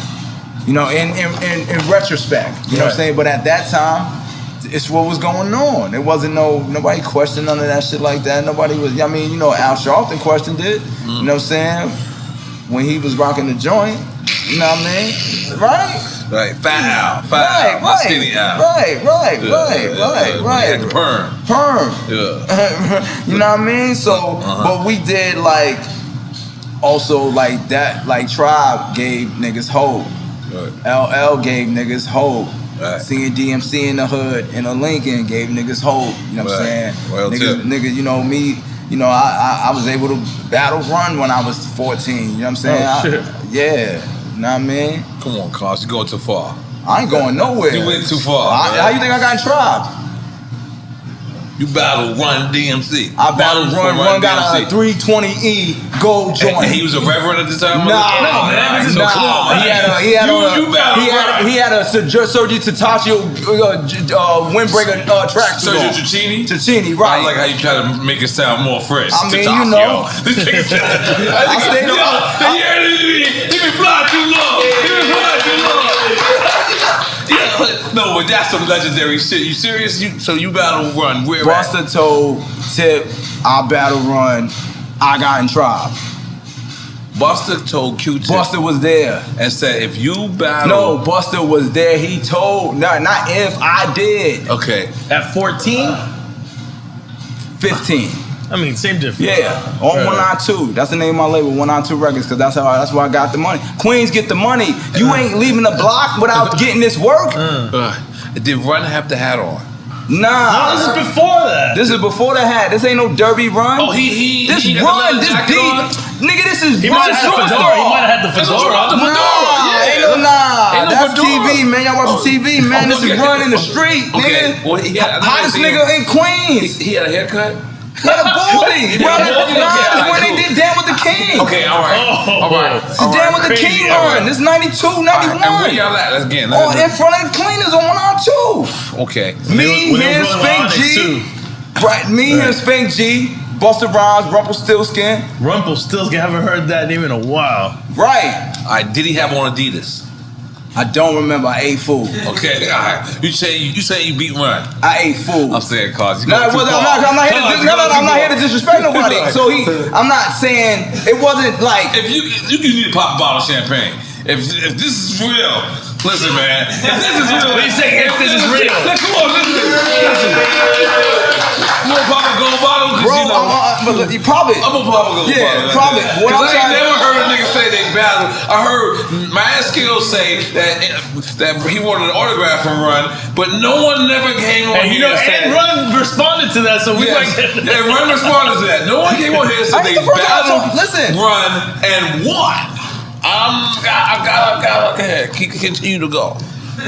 They be playing quick time. At one point, I was supposed to work with Diggy Simmons on his debut album. I see you got a record with Diggy Simmons. I'm the one, my nigga. I see you got a record with Right, Diggy Simmons. niggas know. Like I'm not, but I never disrespected Run. Like nah, I'm saying I ate. I can't listen. Here's the thing, right? In fairness to Run, right? It's the nigga did me a favor by even saying, "All right, shorty, what you got?" Nigga, that's what I got. That's what I got for Queens, nigga. That's what I got for Linda Boulevard, nigga. Next stop, Tribe. Right. Next stop is the Chase Part 2. Facts. Pop one of that. Yeah. God damn it! I said if Cars wasn't drinking, I wasn't drinking, but you making me want to drink. Okay, let's keep going. Yeah. I'm gonna give you drink chance, but you drunk, nigga. I'm gonna give you a cup. Hold on, damn. Yo, Mr. Lee, can you tell Biggs I'm recording? Cause he's calling me right now. Cause we celebrate you, my brother. All right. We celebrate you. Salud. This is champagne. Champagne. Cheers, brother. Salud. So, You gotta take a sip or it don't count. You gotta take a sip. I'll give the story. I'm gonna choke it after. But look, but words more. Okay. Yeah. I can't lie to you, bro. Wait. So you battle Run. What happens in that moment? So right after once that? again, like even in the midst of it, like what was supposed to take place was actually Fife and Mr. Cheeks was supposed to battle that night. And Mr. Cheeks. Yeah. Was he already in the Lost Boys at this time? He was He was co-Cheeks. So that was supposed to happen. Right. Because co-Cheeks was This is Super Queen shit going on right now. Yeah, but he was the nigga on the tapes. You know what I'm saying? And he wanted in on the game. So to get in on the game, he was like, yo, let me and Fife, because Fife, this is right after low end. Right. You know what I'm saying? So Fife was like, so that battle was either gonna be Fife was gonna eat his food or he was gonna eat his food, and they was gonna have to then say Coach Cheeks need to be on. But he eventually got on. You know what I'm saying? And the ill shit about that night, like I said, but they didn't battle. So for some reason, Cheeks didn't come, but Spank G came. Spank G and Coach Cheeks was partners. They used to have this shit called Organize. I like to organize the 2 burgers and fries with my Lost Boy crew, because that's the way that we do. My man stretches now in effect. Well, mama said, so I did catch wreck.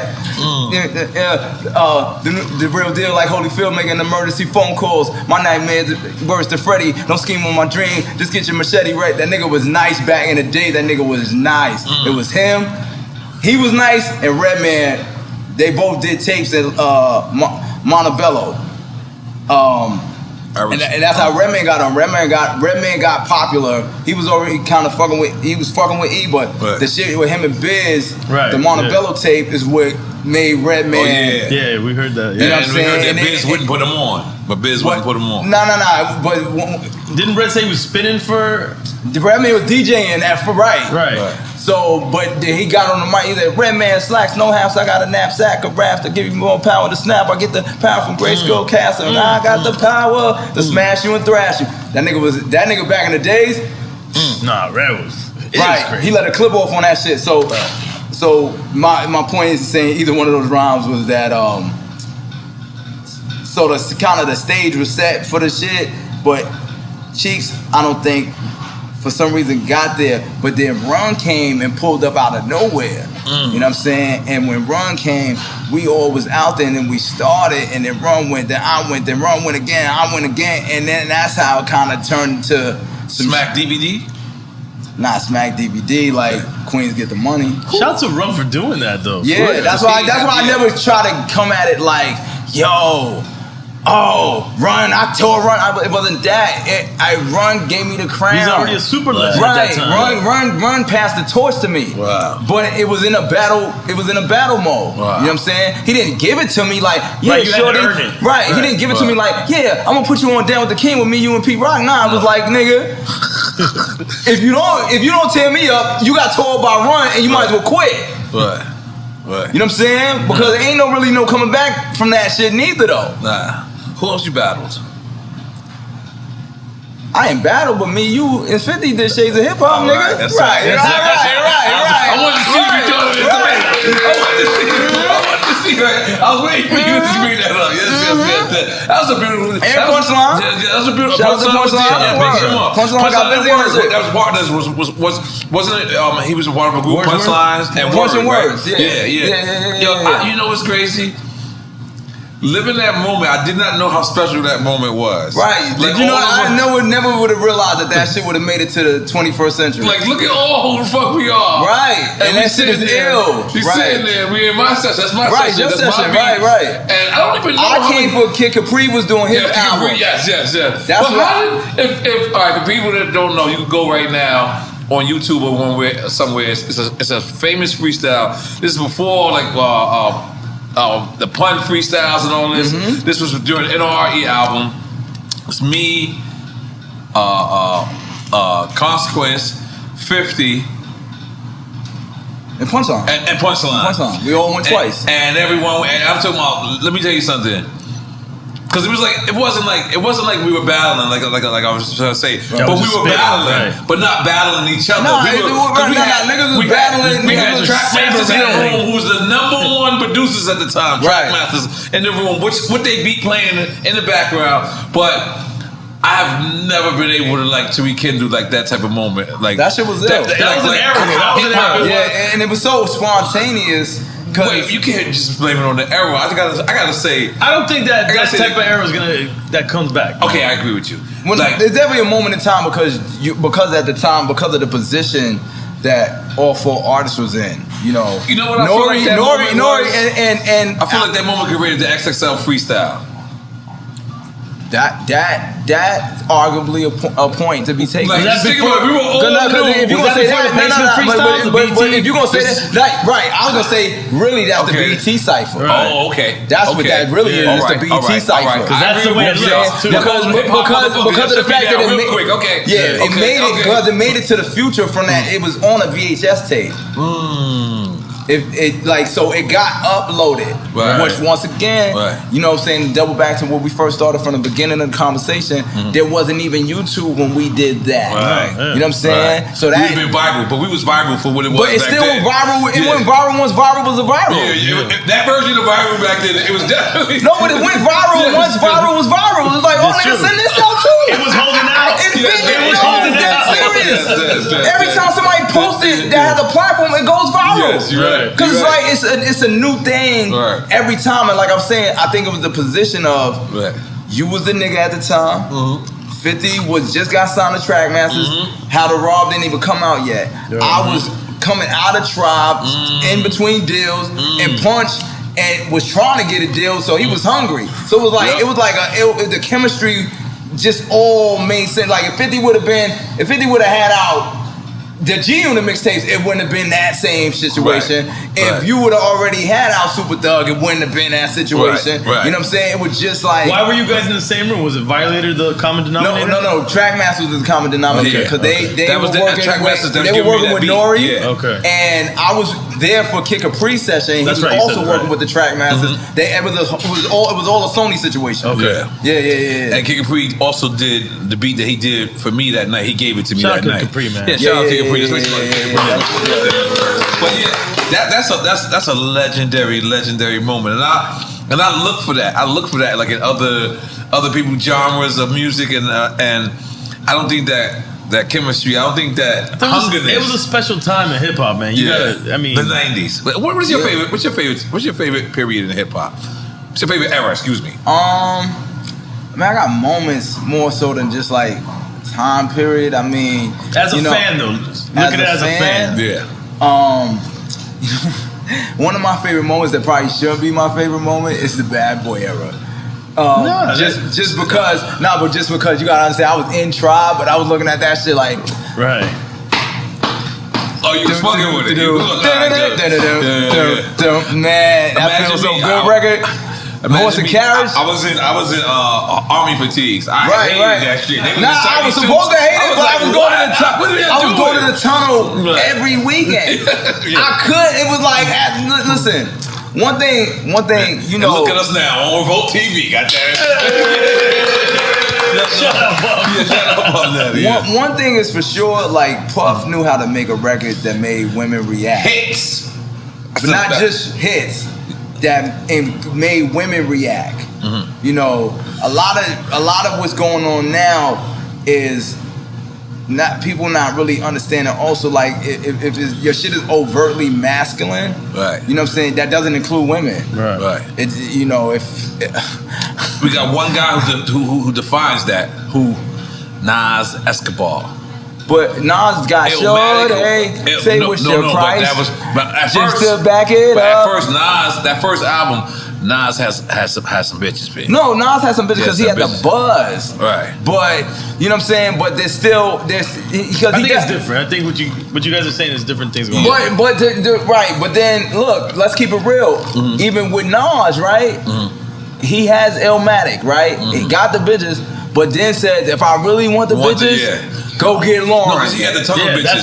Go get Lauren. He had the tunnel bitches. Then he wanted the. If you really want the bitches, put Puff on Hate Me Now. Yeah, he wanted the Manolo bitches. Right. So that's why he upgraded and stepped it up. Yeah, but you gotta understand, like you know, Q-Tip is one of the best chick record makers of all time. His first hit record is Bonita Apple Bum. Bonita Apple Bum. I still don't know what that is. What do you mean? What is Bonita Apple Bum? Está buena. It's a person, but I can't say her name. It's an actual. You didn't know it was a person he was talking about? No, I thought that was a stroke move. Whoa. That's actually that's his business. I leave him. He come to drink shares. I'll tell who it is. But oh my God. Yeah, you know, I mean, niggas know who that is. So look, check it. We spoke about it a little bit earlier. Right now, Funk Flesh is saying, "Hey man, Griselda, I love you guys' movement. Love what you guys are doing." But he doesn't feel that they're making music that fits the radio, right? Or that at least fits his platform. Right. He's saying, why you guys care? And they're saying initially, yo, you should care because we the shit. We're selling out, like how we spoke on earlier. Right. We're selling out arenas. We're making money. We got the jewelry. We got the cars. We got the crowd. Why wouldn't you support us? Where are you on this side of the story? Where do you... On the spectrum of this? Yeah. My side of the story is... On the seesaw, where you go? Where you fit? As a songwriter, you always have to have a chorus to get on the radio. What? Yeah, big me up. I like that. What? Yeah. What? Tammy Lucas. Tammy Lucas, goddamn. What's another one? I mean... You have to have a chorus to get on the radio. That's bigger than even what Flex is alluding to. The thing is, like, and I'm saying this as a songwriter, like there has to be a radio is based on audience, and audience has to sing along. Right. Without singing along, there is no that radio doesn't fulfill its purpose. Right. From a big, and you know this as a DJ. So there's the beat, the chorus, and then the raps.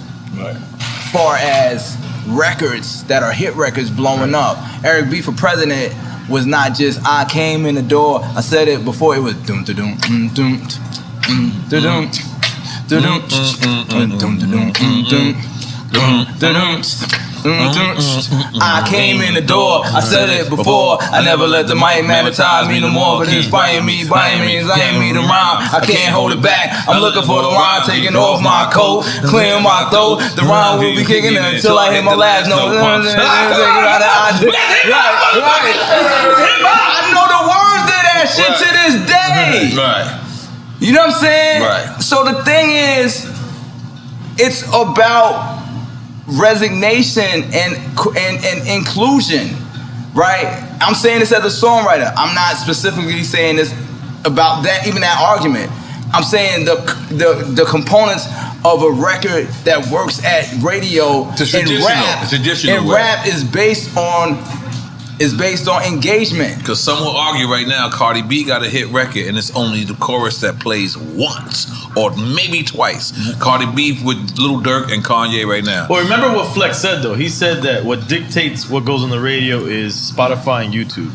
He just amplifies that. Right. He says that. I think he said that in one of his. Okay. But in a traditional sense, as far as even if whether you're on the radio or not, right?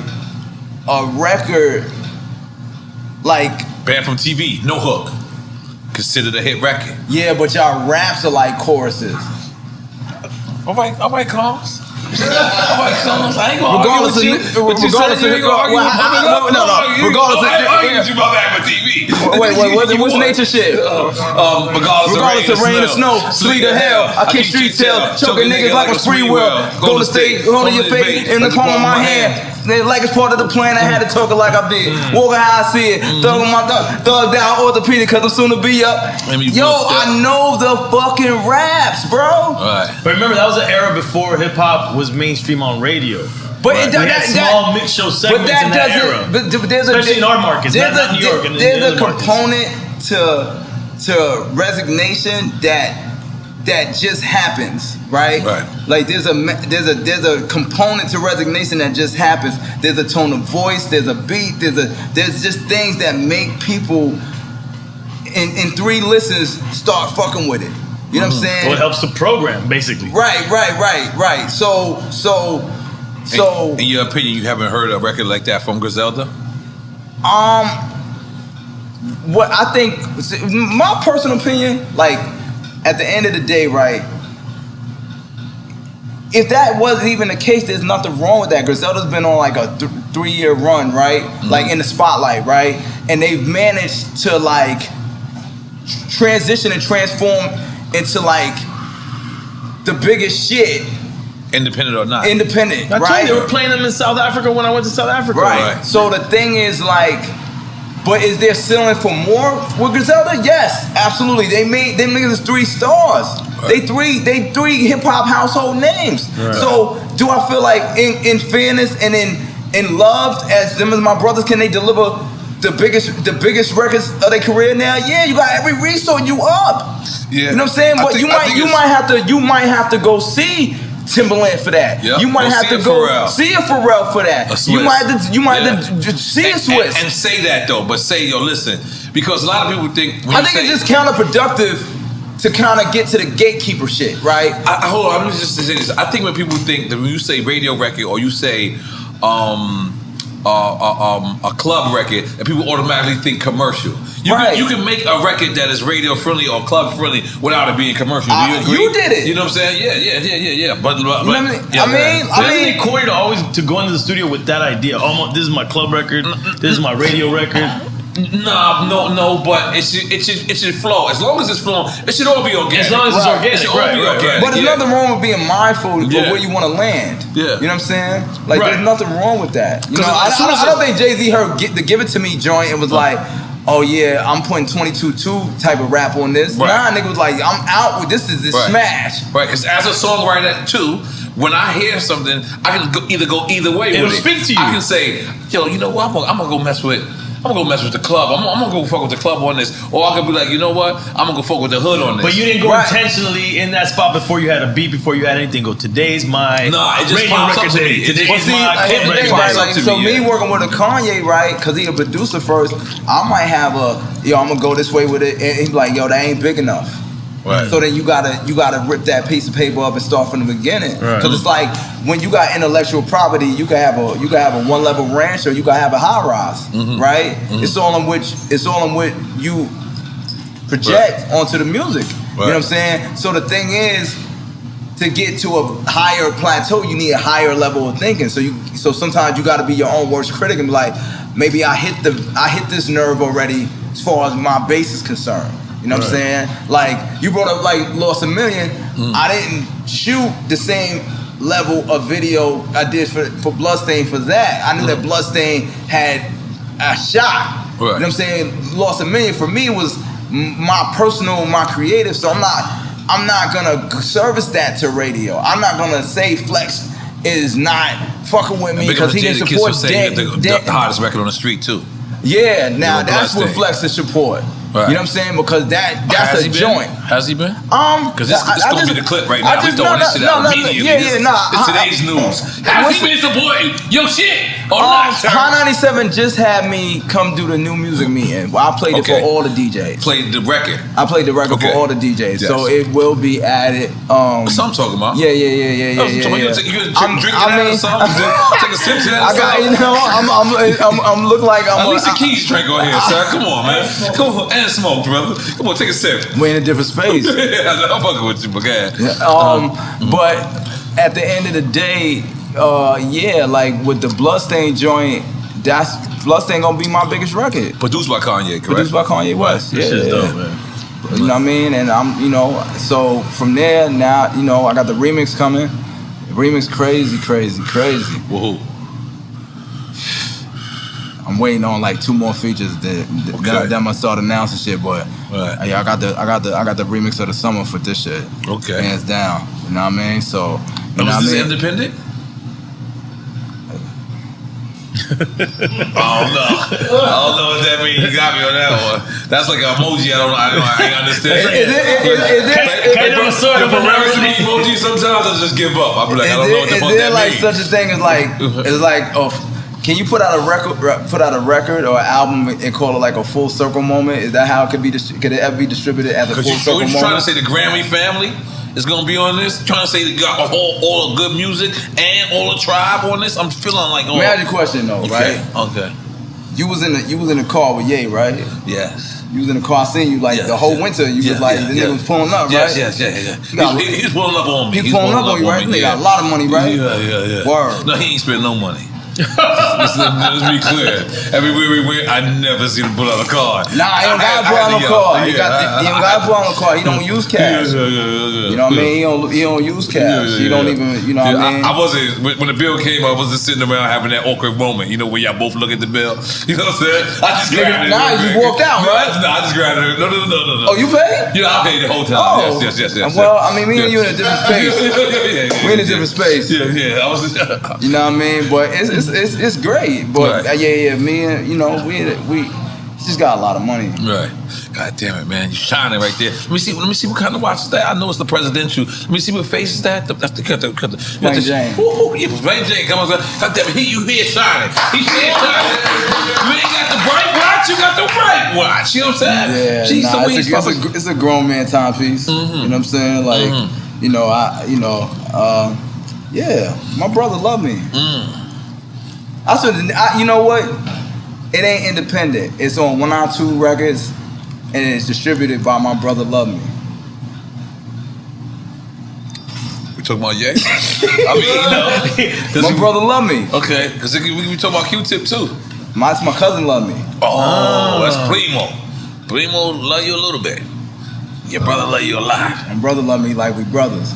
Jesus, I love that though, because I ain't gonna lie to you. When I looked, because like I said, I went through your music continuously. I knew that, but when I looked at the interviews, like I said, I said, what's ill about you? Like when you're mad, I believe you when you're mad. But when you happy too, I also believe you equally. Nah, I'm no cap cons. I'm no cap cons. I also believe you equally. Nah, that's who I am. I don't really do gray areas. Right, yeah. You know what I'm saying?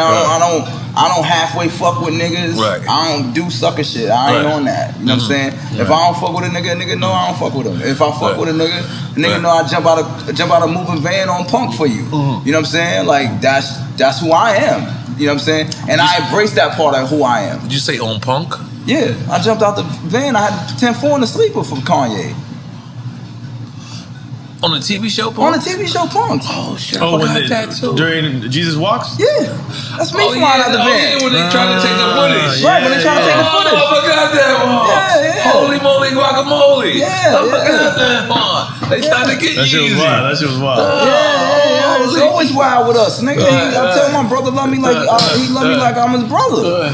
There's all these fucking noises back here. No, that's champagne right there, sir. You should have knew that.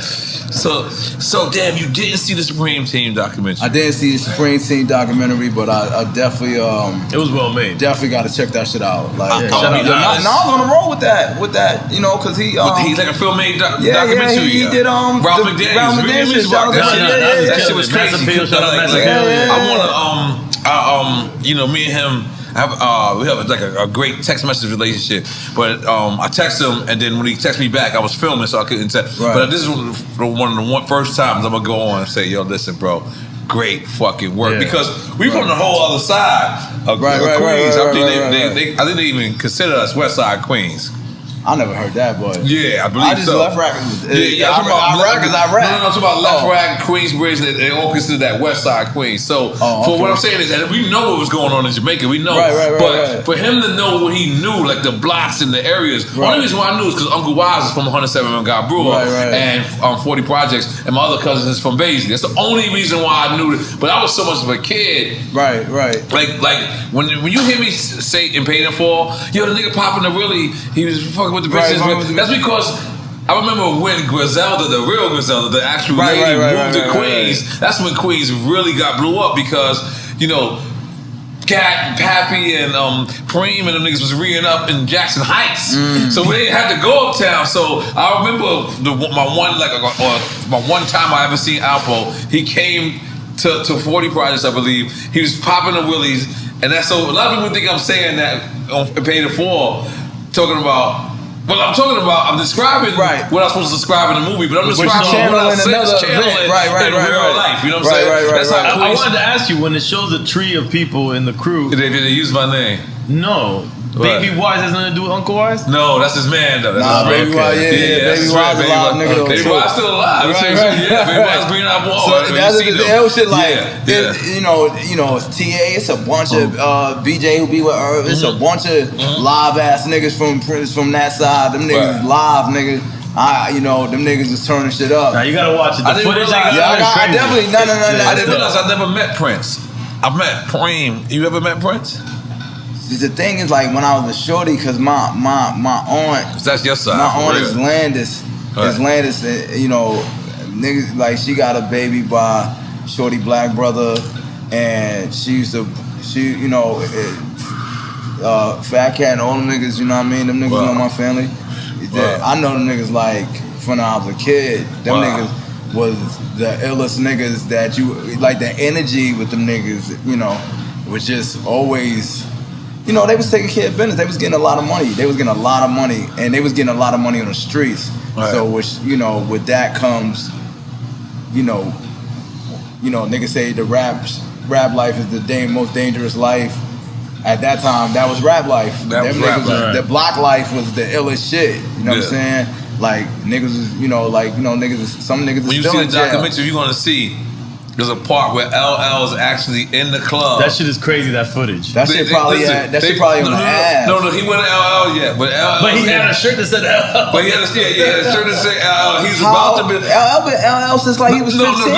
This is when he was 15. But he wasn't popping yet. He wasn't popping. And you see Preem, you see Prince, you see them all on stage. Busy Bees on stage. And he was like, yo, he had no props that he couldn't even go on stage. That shit is ill.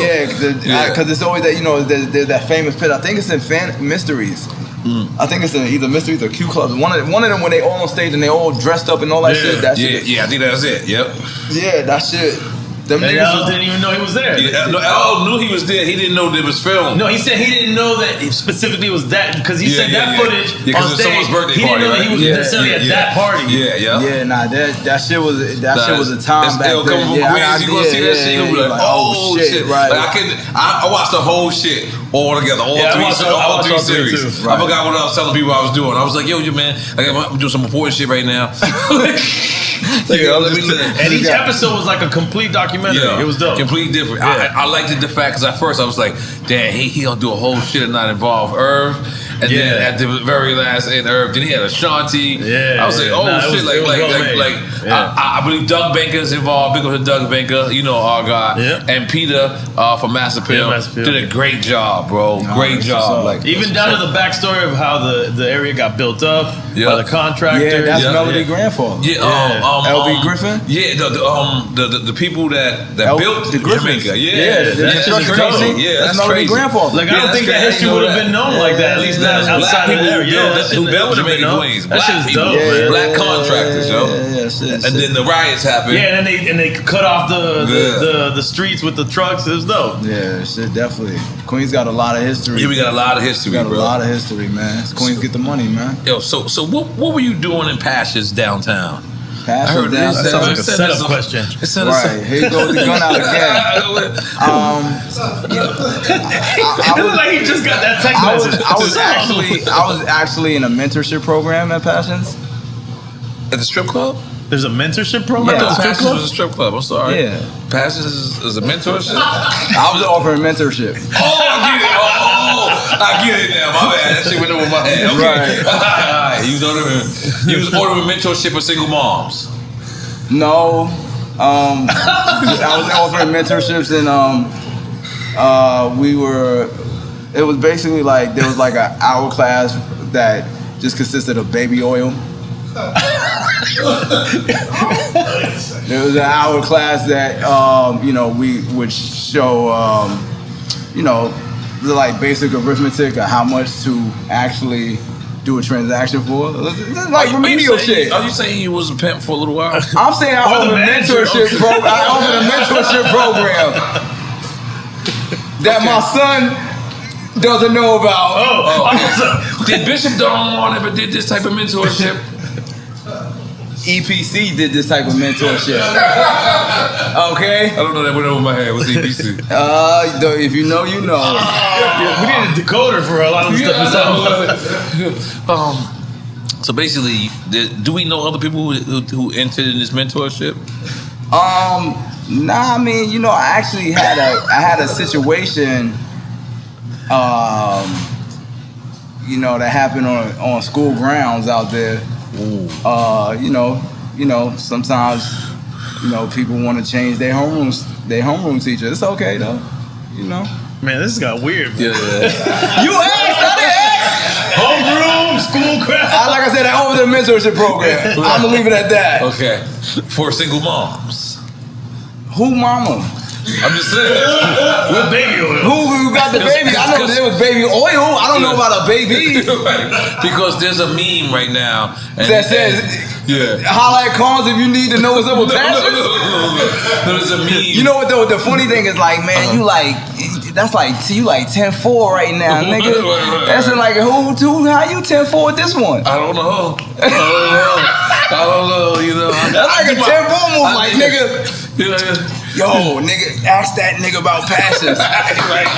Okay, we on point. That's all. Right. We moving on.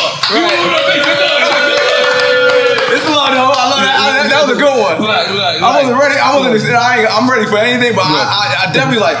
What? What's talking about Passions? So, you like Wyoming? You been to Wyoming? Yeah, Wyoming was pleasant. I liked it out there. Was you around? Was you there when he had the hat on?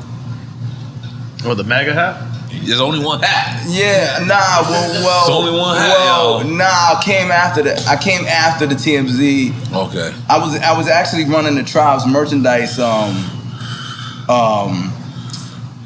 initiative that they had with Sony. So I was coming off of just doing a collaboration with Billionaires Boy Club. We did a Tribe Varsity Jacket for the space program record. We did it with Pharrell. He owns BBC. We did that. We did a Foot Locker drop. We did a drop with Vans, and then I dropped the phone when I seen the TMZ shit. I was like, oh, when he said that slavery's a choice? Well, yeah, the whole shit. It was just like, the Twitter shit was going off crazy, and I was like, what the fuck? Okay. And I just happened to call. I actually pocket dialed Jay by accident, and he picked up. I was like, oh shit, what up, son? Right. And we had a conversation. He actually was like, yo, why don't you just come? I hadn't seen him in a while. But we was tapping in. Here's something to go viral. What many people don't know is that Kanye at one point was supposed to join Tribe for the last album. While Fife still was alive? No. Fife passed away? Cause Fife passed away. Okay, Kanye was gonna join Tribe. And that's why he's actually on the Killing Season record. So we had really started connecting, but I was over here, he was doing what he was doing, you know what I mean? So when the TMZs happened, honestly, I just, I was, when it did happen, that I actually called, I was like, yo, you good, nigga? What's up, nigga? You know what I'm saying? And we just started laughing and doing, having our conversation. And then he was like, yo, why don't you just come out to Wyoming? Had you been to Wyoming before? I'd never been to Wyoming. I was like, did your Negro senses start going off? Nigga, 3 o'clock in the morning, there was a moose outside of my cabin going, what the fuck was that? And I'm like, yo, outside of the fucking shit, looking at this shit like, dang, ain't got no hammer, son. Fuck is that shit, yo? Moose are dangerous, actually. I don't know if a hammer helping you with a moose. No, they dangerous. Something like Malcolm at the window. I'm like Malcolm at the window with my 2 fingers. What the fuck am I doing with this shit? That shit's like, with an attitude. And they got the whole shit, nigga. Like Bullwinkle and all that. That Bullwinkle's a moose. That nigga look. And you don't know. Nah, but the nigga, I'm dolo in the camera. This nigga's around. Like that shit was crazy. Yo, nigga, word is born. I just gotta stand up one time. Right. So like the first day I'm going to the gym, right? You know what I'm saying? I got my shit on, going to the gym. You know what I'm saying? A fox is walking down the street like. A fox? A fucking fox. Nah, I don't think I've ever seen a fox. Nah, I never. And the nigga made the LB line like he was making a sizzy. Nigga, like the nigga was like, yo, water my socks, sir. Like, yo, what the fuck is this shit? But we had like this shit called the first time we had some. You recorded in Bearsville before? Yes. Okay, but go back to your story. Go back, and then we go to Bearsville. Yeah, it's funny. I just did a joint for Mike Geronimo. In Bearsville? No, in Harrisville. But I'm joking. Nah, at his career, I put up on him. Okay. But yeah, the first time I went to Bearsville was with Mike Geronimo. Oh, okay. All right, let's get back to that story. Finish your story. Yeah. So, but this shit is at the Armitage, which is the most. It's Wyoming. But like niggas like, who the fuck was staying there? Nigga that own oil. Nigga, yeah. Those type of jokes. Yeah, but nah. I want to say it's like Harrison Ford was out there. Like niggas spending Indiana Jones money at that shit, right? So it's like real selective. We thugging this shit out. I mean, like, cause the thing about me and Ye is like we don't really got the whole. Once we reconnect, it's back to what it is. Right. You know what I'm saying? Right. So it's like. Niggas is just fucking like, we can run it through the records. Right. You know what I'm saying? So it was actually a great experience, but it just started out kind of crazy. But Nas was there. Right, yeah. Nas was there. When I got there, yeah, Nas was there because his... Because they were doing their album, right? Yeah. Right. So we did Ye Joint, Kissy Ghost, then we went to LA for Tiana shit. Well, we finished Nas shit. Yeah, we went to LA for Tiana shit, and then Nas shit was last. Yeah. Yeah, so that shit was ill though. That shit was ill. Right. That shit was ill. So earlier we touched on, I called you a ghostwriter. You made it clear there's a difference. Songwriter. Right. So can you tell people the difference between ghostwriter and songwriter for those that don't know? I'm here in the flesh. And Yeah, my he's saying name is ghost, on. the ghost you don't know The about. ghost is, and I said it before, I feel like it's, you know, the term ghostwriting actually privatizes, especially hip hop, because there's no ghost pop writer, right? The writer is usually credited. You see it all. Right. You know, like Diane Martell's not a ghostwriter, she's a songwriter, right? She wrote Unbreak My Heart for Tony Braxton, right? Not the director, Diane Martell. I mean, Diane, what's her name? They all fucking me up. Diane, it is a Diane. You know, one of these ladies, one is a lady named Diane. I forgot her name. It's Martell or something. Diane Martell's the video director. The video director. So the point that I'm trying to make is that at the end of the day, these people are credited, given their proper credit. Diane Warren, thank you. In hip hop, it's like a bad word. No, in hip hop, it's a bad dough. Right. You know what I'm saying? It's more of a thing where it's like to say you have a ghostwriter. I'm saying in pop and other genres, they don't mind putting it out there. Right, Written by so-and-so. because for them it's all about the final product is the only thing that matters. Right. Where in hip hop, because hip hop is also a culture, and it feels like it's self-made, so don't want to give credit to say that somebody else helped make you. Well, part of the rules of the culture was always being your own person. Right. You know what I'm saying? Having that individuality. So when you were presenting yourself as an MC, you're presenting yourself. You're presenting yourself, right? But when you're presenting yourself as a rapper, you don't have to be an MC to make a hit record. Right. You know what I'm saying? And so while I say it's a battle, is because in retrospect, a lot of people should have songwriters. A lot of rappers are in position to be bigger, but they don't. They're clinging to the culture.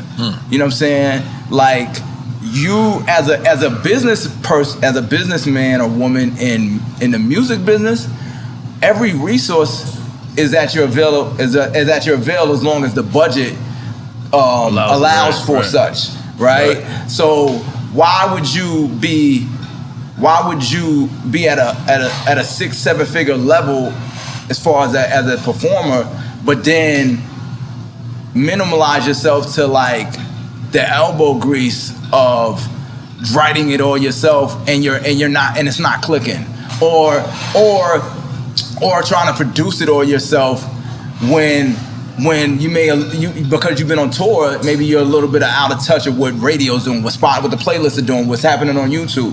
Right. You know, the number one thing once you're a brand is brand retention, right? So there is no boundary in that. Right. It's a boundary. It's a boundary that you create for yourself in hip hop. Right. You know what I'm saying? Because it doesn't mean that you're still not like because Kanye has stated that he has songwriters. That doesn't mean Kanye's not. It's collaborators. He's not nice, but it doesn't even mean he's not. Collaborators. You could call that collaborators, and nobody would say anything. Right. It's annoying. I'm about to throw something at you. Who are you talking to, Mr. Lee? So saying all that to say that at the end of the day, like the number one thing should be final product when you get to a certain level, as far as being a name brand. Like when I feel like I can't do the task, then if the budget allows for that, then I don't have no problem bringing in nobody to be like, yo, whether I keep the whole thing, you spark the idea, whatever the case is, it's all about getting to the next level so that you could be on the radio, so that you can perform on XYZ show. Why do people always label Dr. Dre as a great? And everyone knows that. Even like Eazy-E said, Ice Cube write the rhymes that I say. Right. Dr. Dre is a great. Everyone knows, depending on the album, that people write rhymes, but they label him a great. But yet and still, when people find out, like people like Drake or Kanye West has a little help, The purists, the I think- pure hip hop. I think Producers and I think MCs are those are kind of two different. Yeah, but the purists don't sectors. accept that. The purists is like, yo, but yeah, but they accept. They saying they accept it for Dr. Dre. They And I accept it think, for Dr. I Dre. think But because- Dre has collaborators as well. He has people helping Yes. to play stuff. He has- Right, and I think that Dre was a pioneer for a coast and a sound, and I think that's me for a lot of people that supersedes the nitpicking of whether he wrote something or not. I think Dre always was presented in a communal sense. When he put out NWA, it was him and others. When he put out The Chronic, it was him and others. There's never really been Dr. Dre solo. Right. To be all honest, every Dre record is a communal situation. So him rapping, Well, production-wise, it was always thought that it was just him.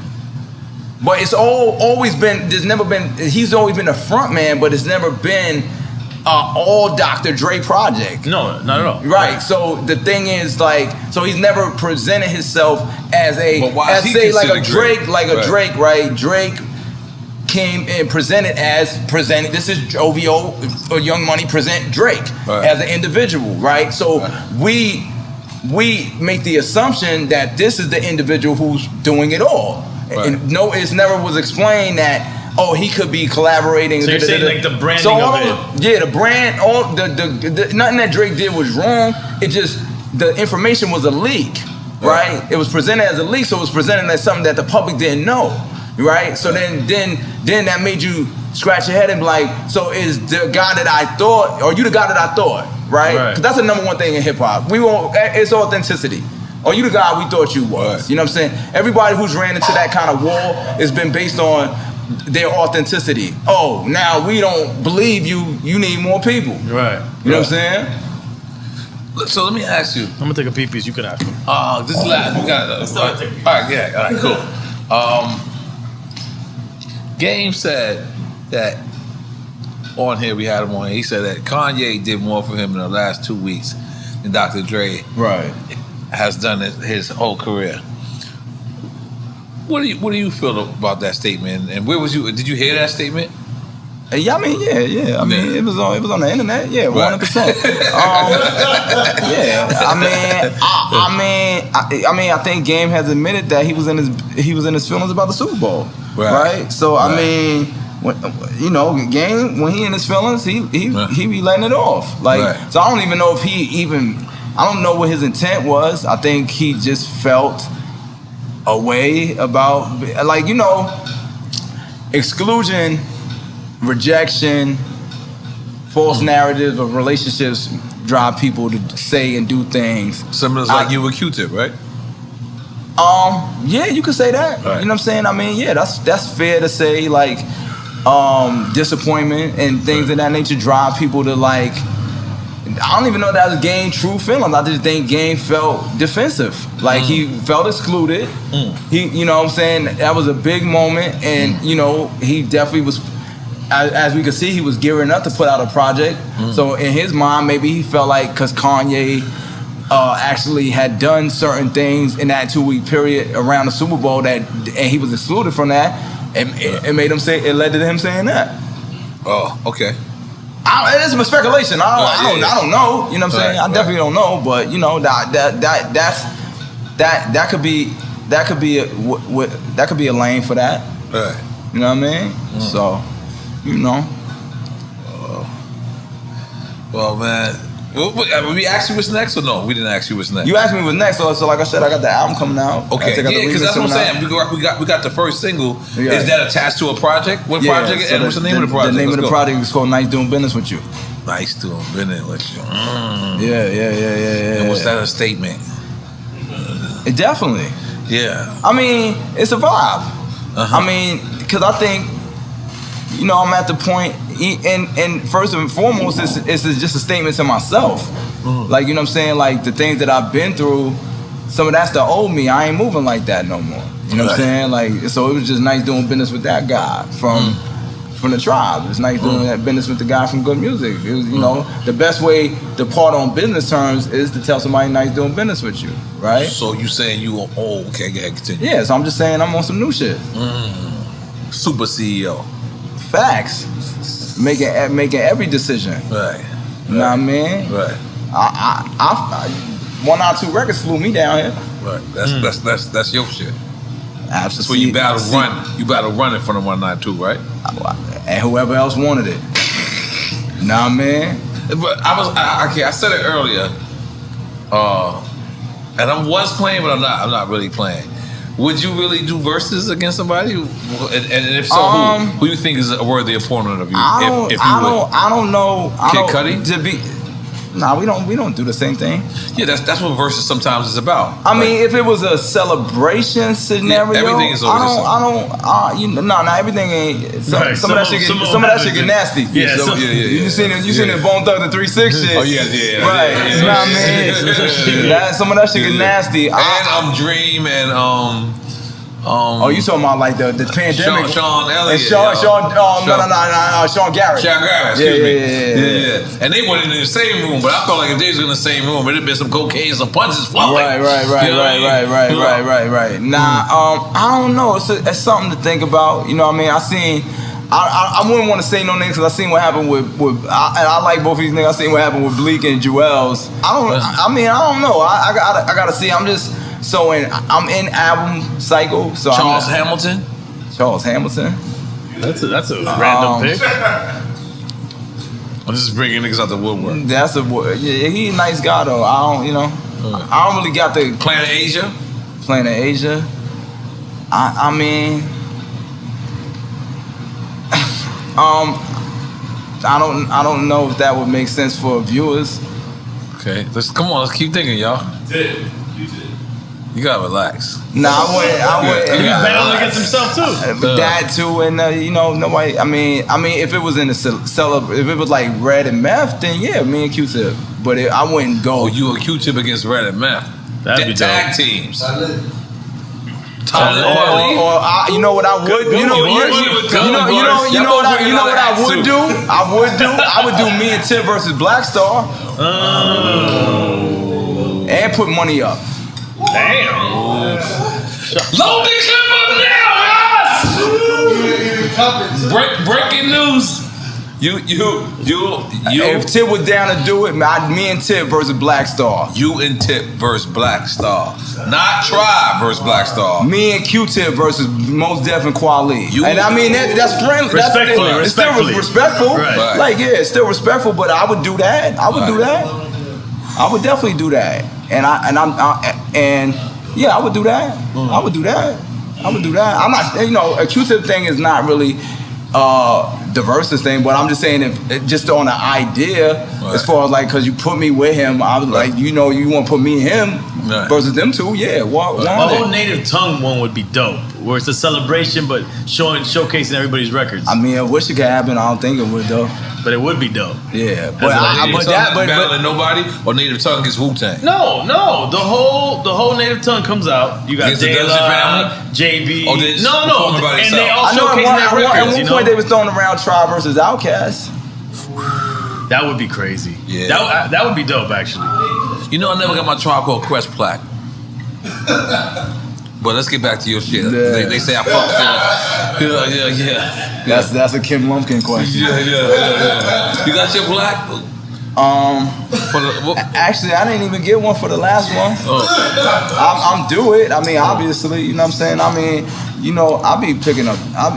My thing is wire transfers. That's what I prefer. He's like, fuck the plaque. Just send me the respect wire. you keep going to the wire transfers. Nah, my shit is about the wire transfer. So one-on-one verses you're not really interested in. I'm not saying I'm not interested. I'm just I mean, because the first two artists that you named were I don't know what they currently have out, so I don't know. Like it turned into like a status thing, and like you're this and you're this and you're this, and I'm humble enough to say like I got my first single out in a minute. I've been doing a bunch of... See, my verses isn't fair because I write for other people and myself. Obi Trice? Nobody's beating Bloodstain. Let's be clear. Nobody has nothing out that's going to beat that shit right now. Right? How about Obi Trice? But he don't have nothing out right this minute. Common would be a good one. I mean, that would be a heady. I mean, Common got a lot of records though. I ain't gonna lie. I'm not over here. And he used to love her. He got a lot of records. I beat Common in NBA Live when I first joined Tribe, when he had the line out. I whooped Common ass relentlessly. But absolutely. Every one of his wins. As you should. Petty gang but nah, Common is Common a legend. And, you can't take nothing away from Common. You know what I'm saying? Like, I'm never. I celebrate others too. It ain't just about me. That's all. That's all it is. It don't take nothing away from you. Right, and that's what I said. Like with the other people, I could have been like, man, that nigga, cause look, I want to be honest with you. Ain't a whole bunch of niggas getting no paper. Right. Nah, man. Let's just be real. Like you could call off all the names you want. Niggas is apprehended by poverty. Right. Alright? Arm behind they back in a fucking Bob Backlund chicken wing like nigga it hurt. Know what I mean? So, you know what I mean? I'm not a sore winner though. I'm not here to put nobody face in a bowl of shit. I'm not on that. I uplift before I do any of that. You know what I'm saying? But, I am a rapper. I'm an MC first, and part of being an MC is this shit, the Rob Van Dam shit. You know what I'm saying? So like when you say certain niggas, I wouldn't even climb through the ring ropes for certain niggas. Right. How? You're not gonna get past Paranoid or for 808 Heartbreak. Who you think wrote that? Read the credits. You're not getting past Paranoid. You're not. You might not get past Grammy Family. I'll call my shit out. Cause see, when you participate in the writing, it's part of your composite. That's your catalog. So how you gonna get past Encore, nigga? That's your catalog. Kanye called me. I was at a barbecue and we wrote the hook to Encore on the phone. 2003. Jay-Z wrote the Run. Not taking nothing away from Jay-Z. I'm telling you how the hook came out. You about to start some shit. I already said this, and me and Emery spoke about this before. No, when you said that. That's part of my, but that's part of Kanye wrote it. Look, I said, oh shit. And I said, no, I don't cap with my shit. So technically, I could throw on Encore. You're not going. Technically, you can. Right. So then, once again, if a nigga want to play motherfucking whatever the fuck song, you gotta handle that. You gotta handle that. You gotta handle a bunch of shit, nigga. You gotta handle Spaceship. What you gonna do after Spaceship? Not too much. And who we talking about again? Whoever the fuck. .com, .org, go to GoDaddy.com, order all three of them shits. .eth. I think that's the way to end it. Is that the way? Is that the way? Yo, Cos, I just want to tell you, man, it's not a lot of people who survive through every era that you survived through. That's what's crazy. And almost every era in the last couple of, you've been there. You've been relevant. You've been involved with some of the biggest projects that's been out. I want to tell you, that's not going unnoticed. That's going with a big salute to it. Because in order to stay alive and survive in this game, I know how hard it is. Trust me, I know how hard it is. 100%. And I take my hat off. I take my hat off to y'all. All right, thank you. To you. Once again, the first time we actually met was the Shades of Hip Hop Cypher. Big up Shades of Hip Hop. And I did Drink Champs before when I did it with Tribe. Yep. And, we've all stayed in touch since then, and I've watched you guys become the culture when it comes to interviews and YouTube, and just having artists, giving the platform that y'all started, and seeing how those seeds of good intent have flourished for you guys, man. Take my hat. Thank you, man. Basically, you saying you seen a lot of niggas bite our shit. Basically, you saying in a nice way. Not even that. I seen y'all take it. I seen y'all become number one. Yes, that's right. So that's the whole thing. And it's not whether the analytics is 1, is 2, 3 on Apple Music, whatever it is. The conversation is number 1. Right. The conversation has the impact, and that's the whole thing. It's just like it's a hit record. Drink Champs is a hit. Thank you. So we interviewed Dave Chappelle, and Dave said we was like, yo, You want to get this out? You want to get this out? Good. So I wanted to warn him. You know what I'm saying? Like Dave Chappelle was like, yo, I said Dave Chappelle. I said we I forget what I said about Carl. I think I was talking about the documentary, and Dave Chappelle said, Consequence, great guy, and he has great teeth. Yeah, I mean, he was talking about the old model. That you got. I pulled up with the 22s for you. Oh my God! Queens get the money. Queens get that goddamn money. Right. So it's a recipe to the old veneers. Yeah, okay. You know what I mean? And you know, we out here, shit looking right. We out here. Ice looking Bust right. down everything. I ain't out here DJing for chicken fingers like a nigga man is though.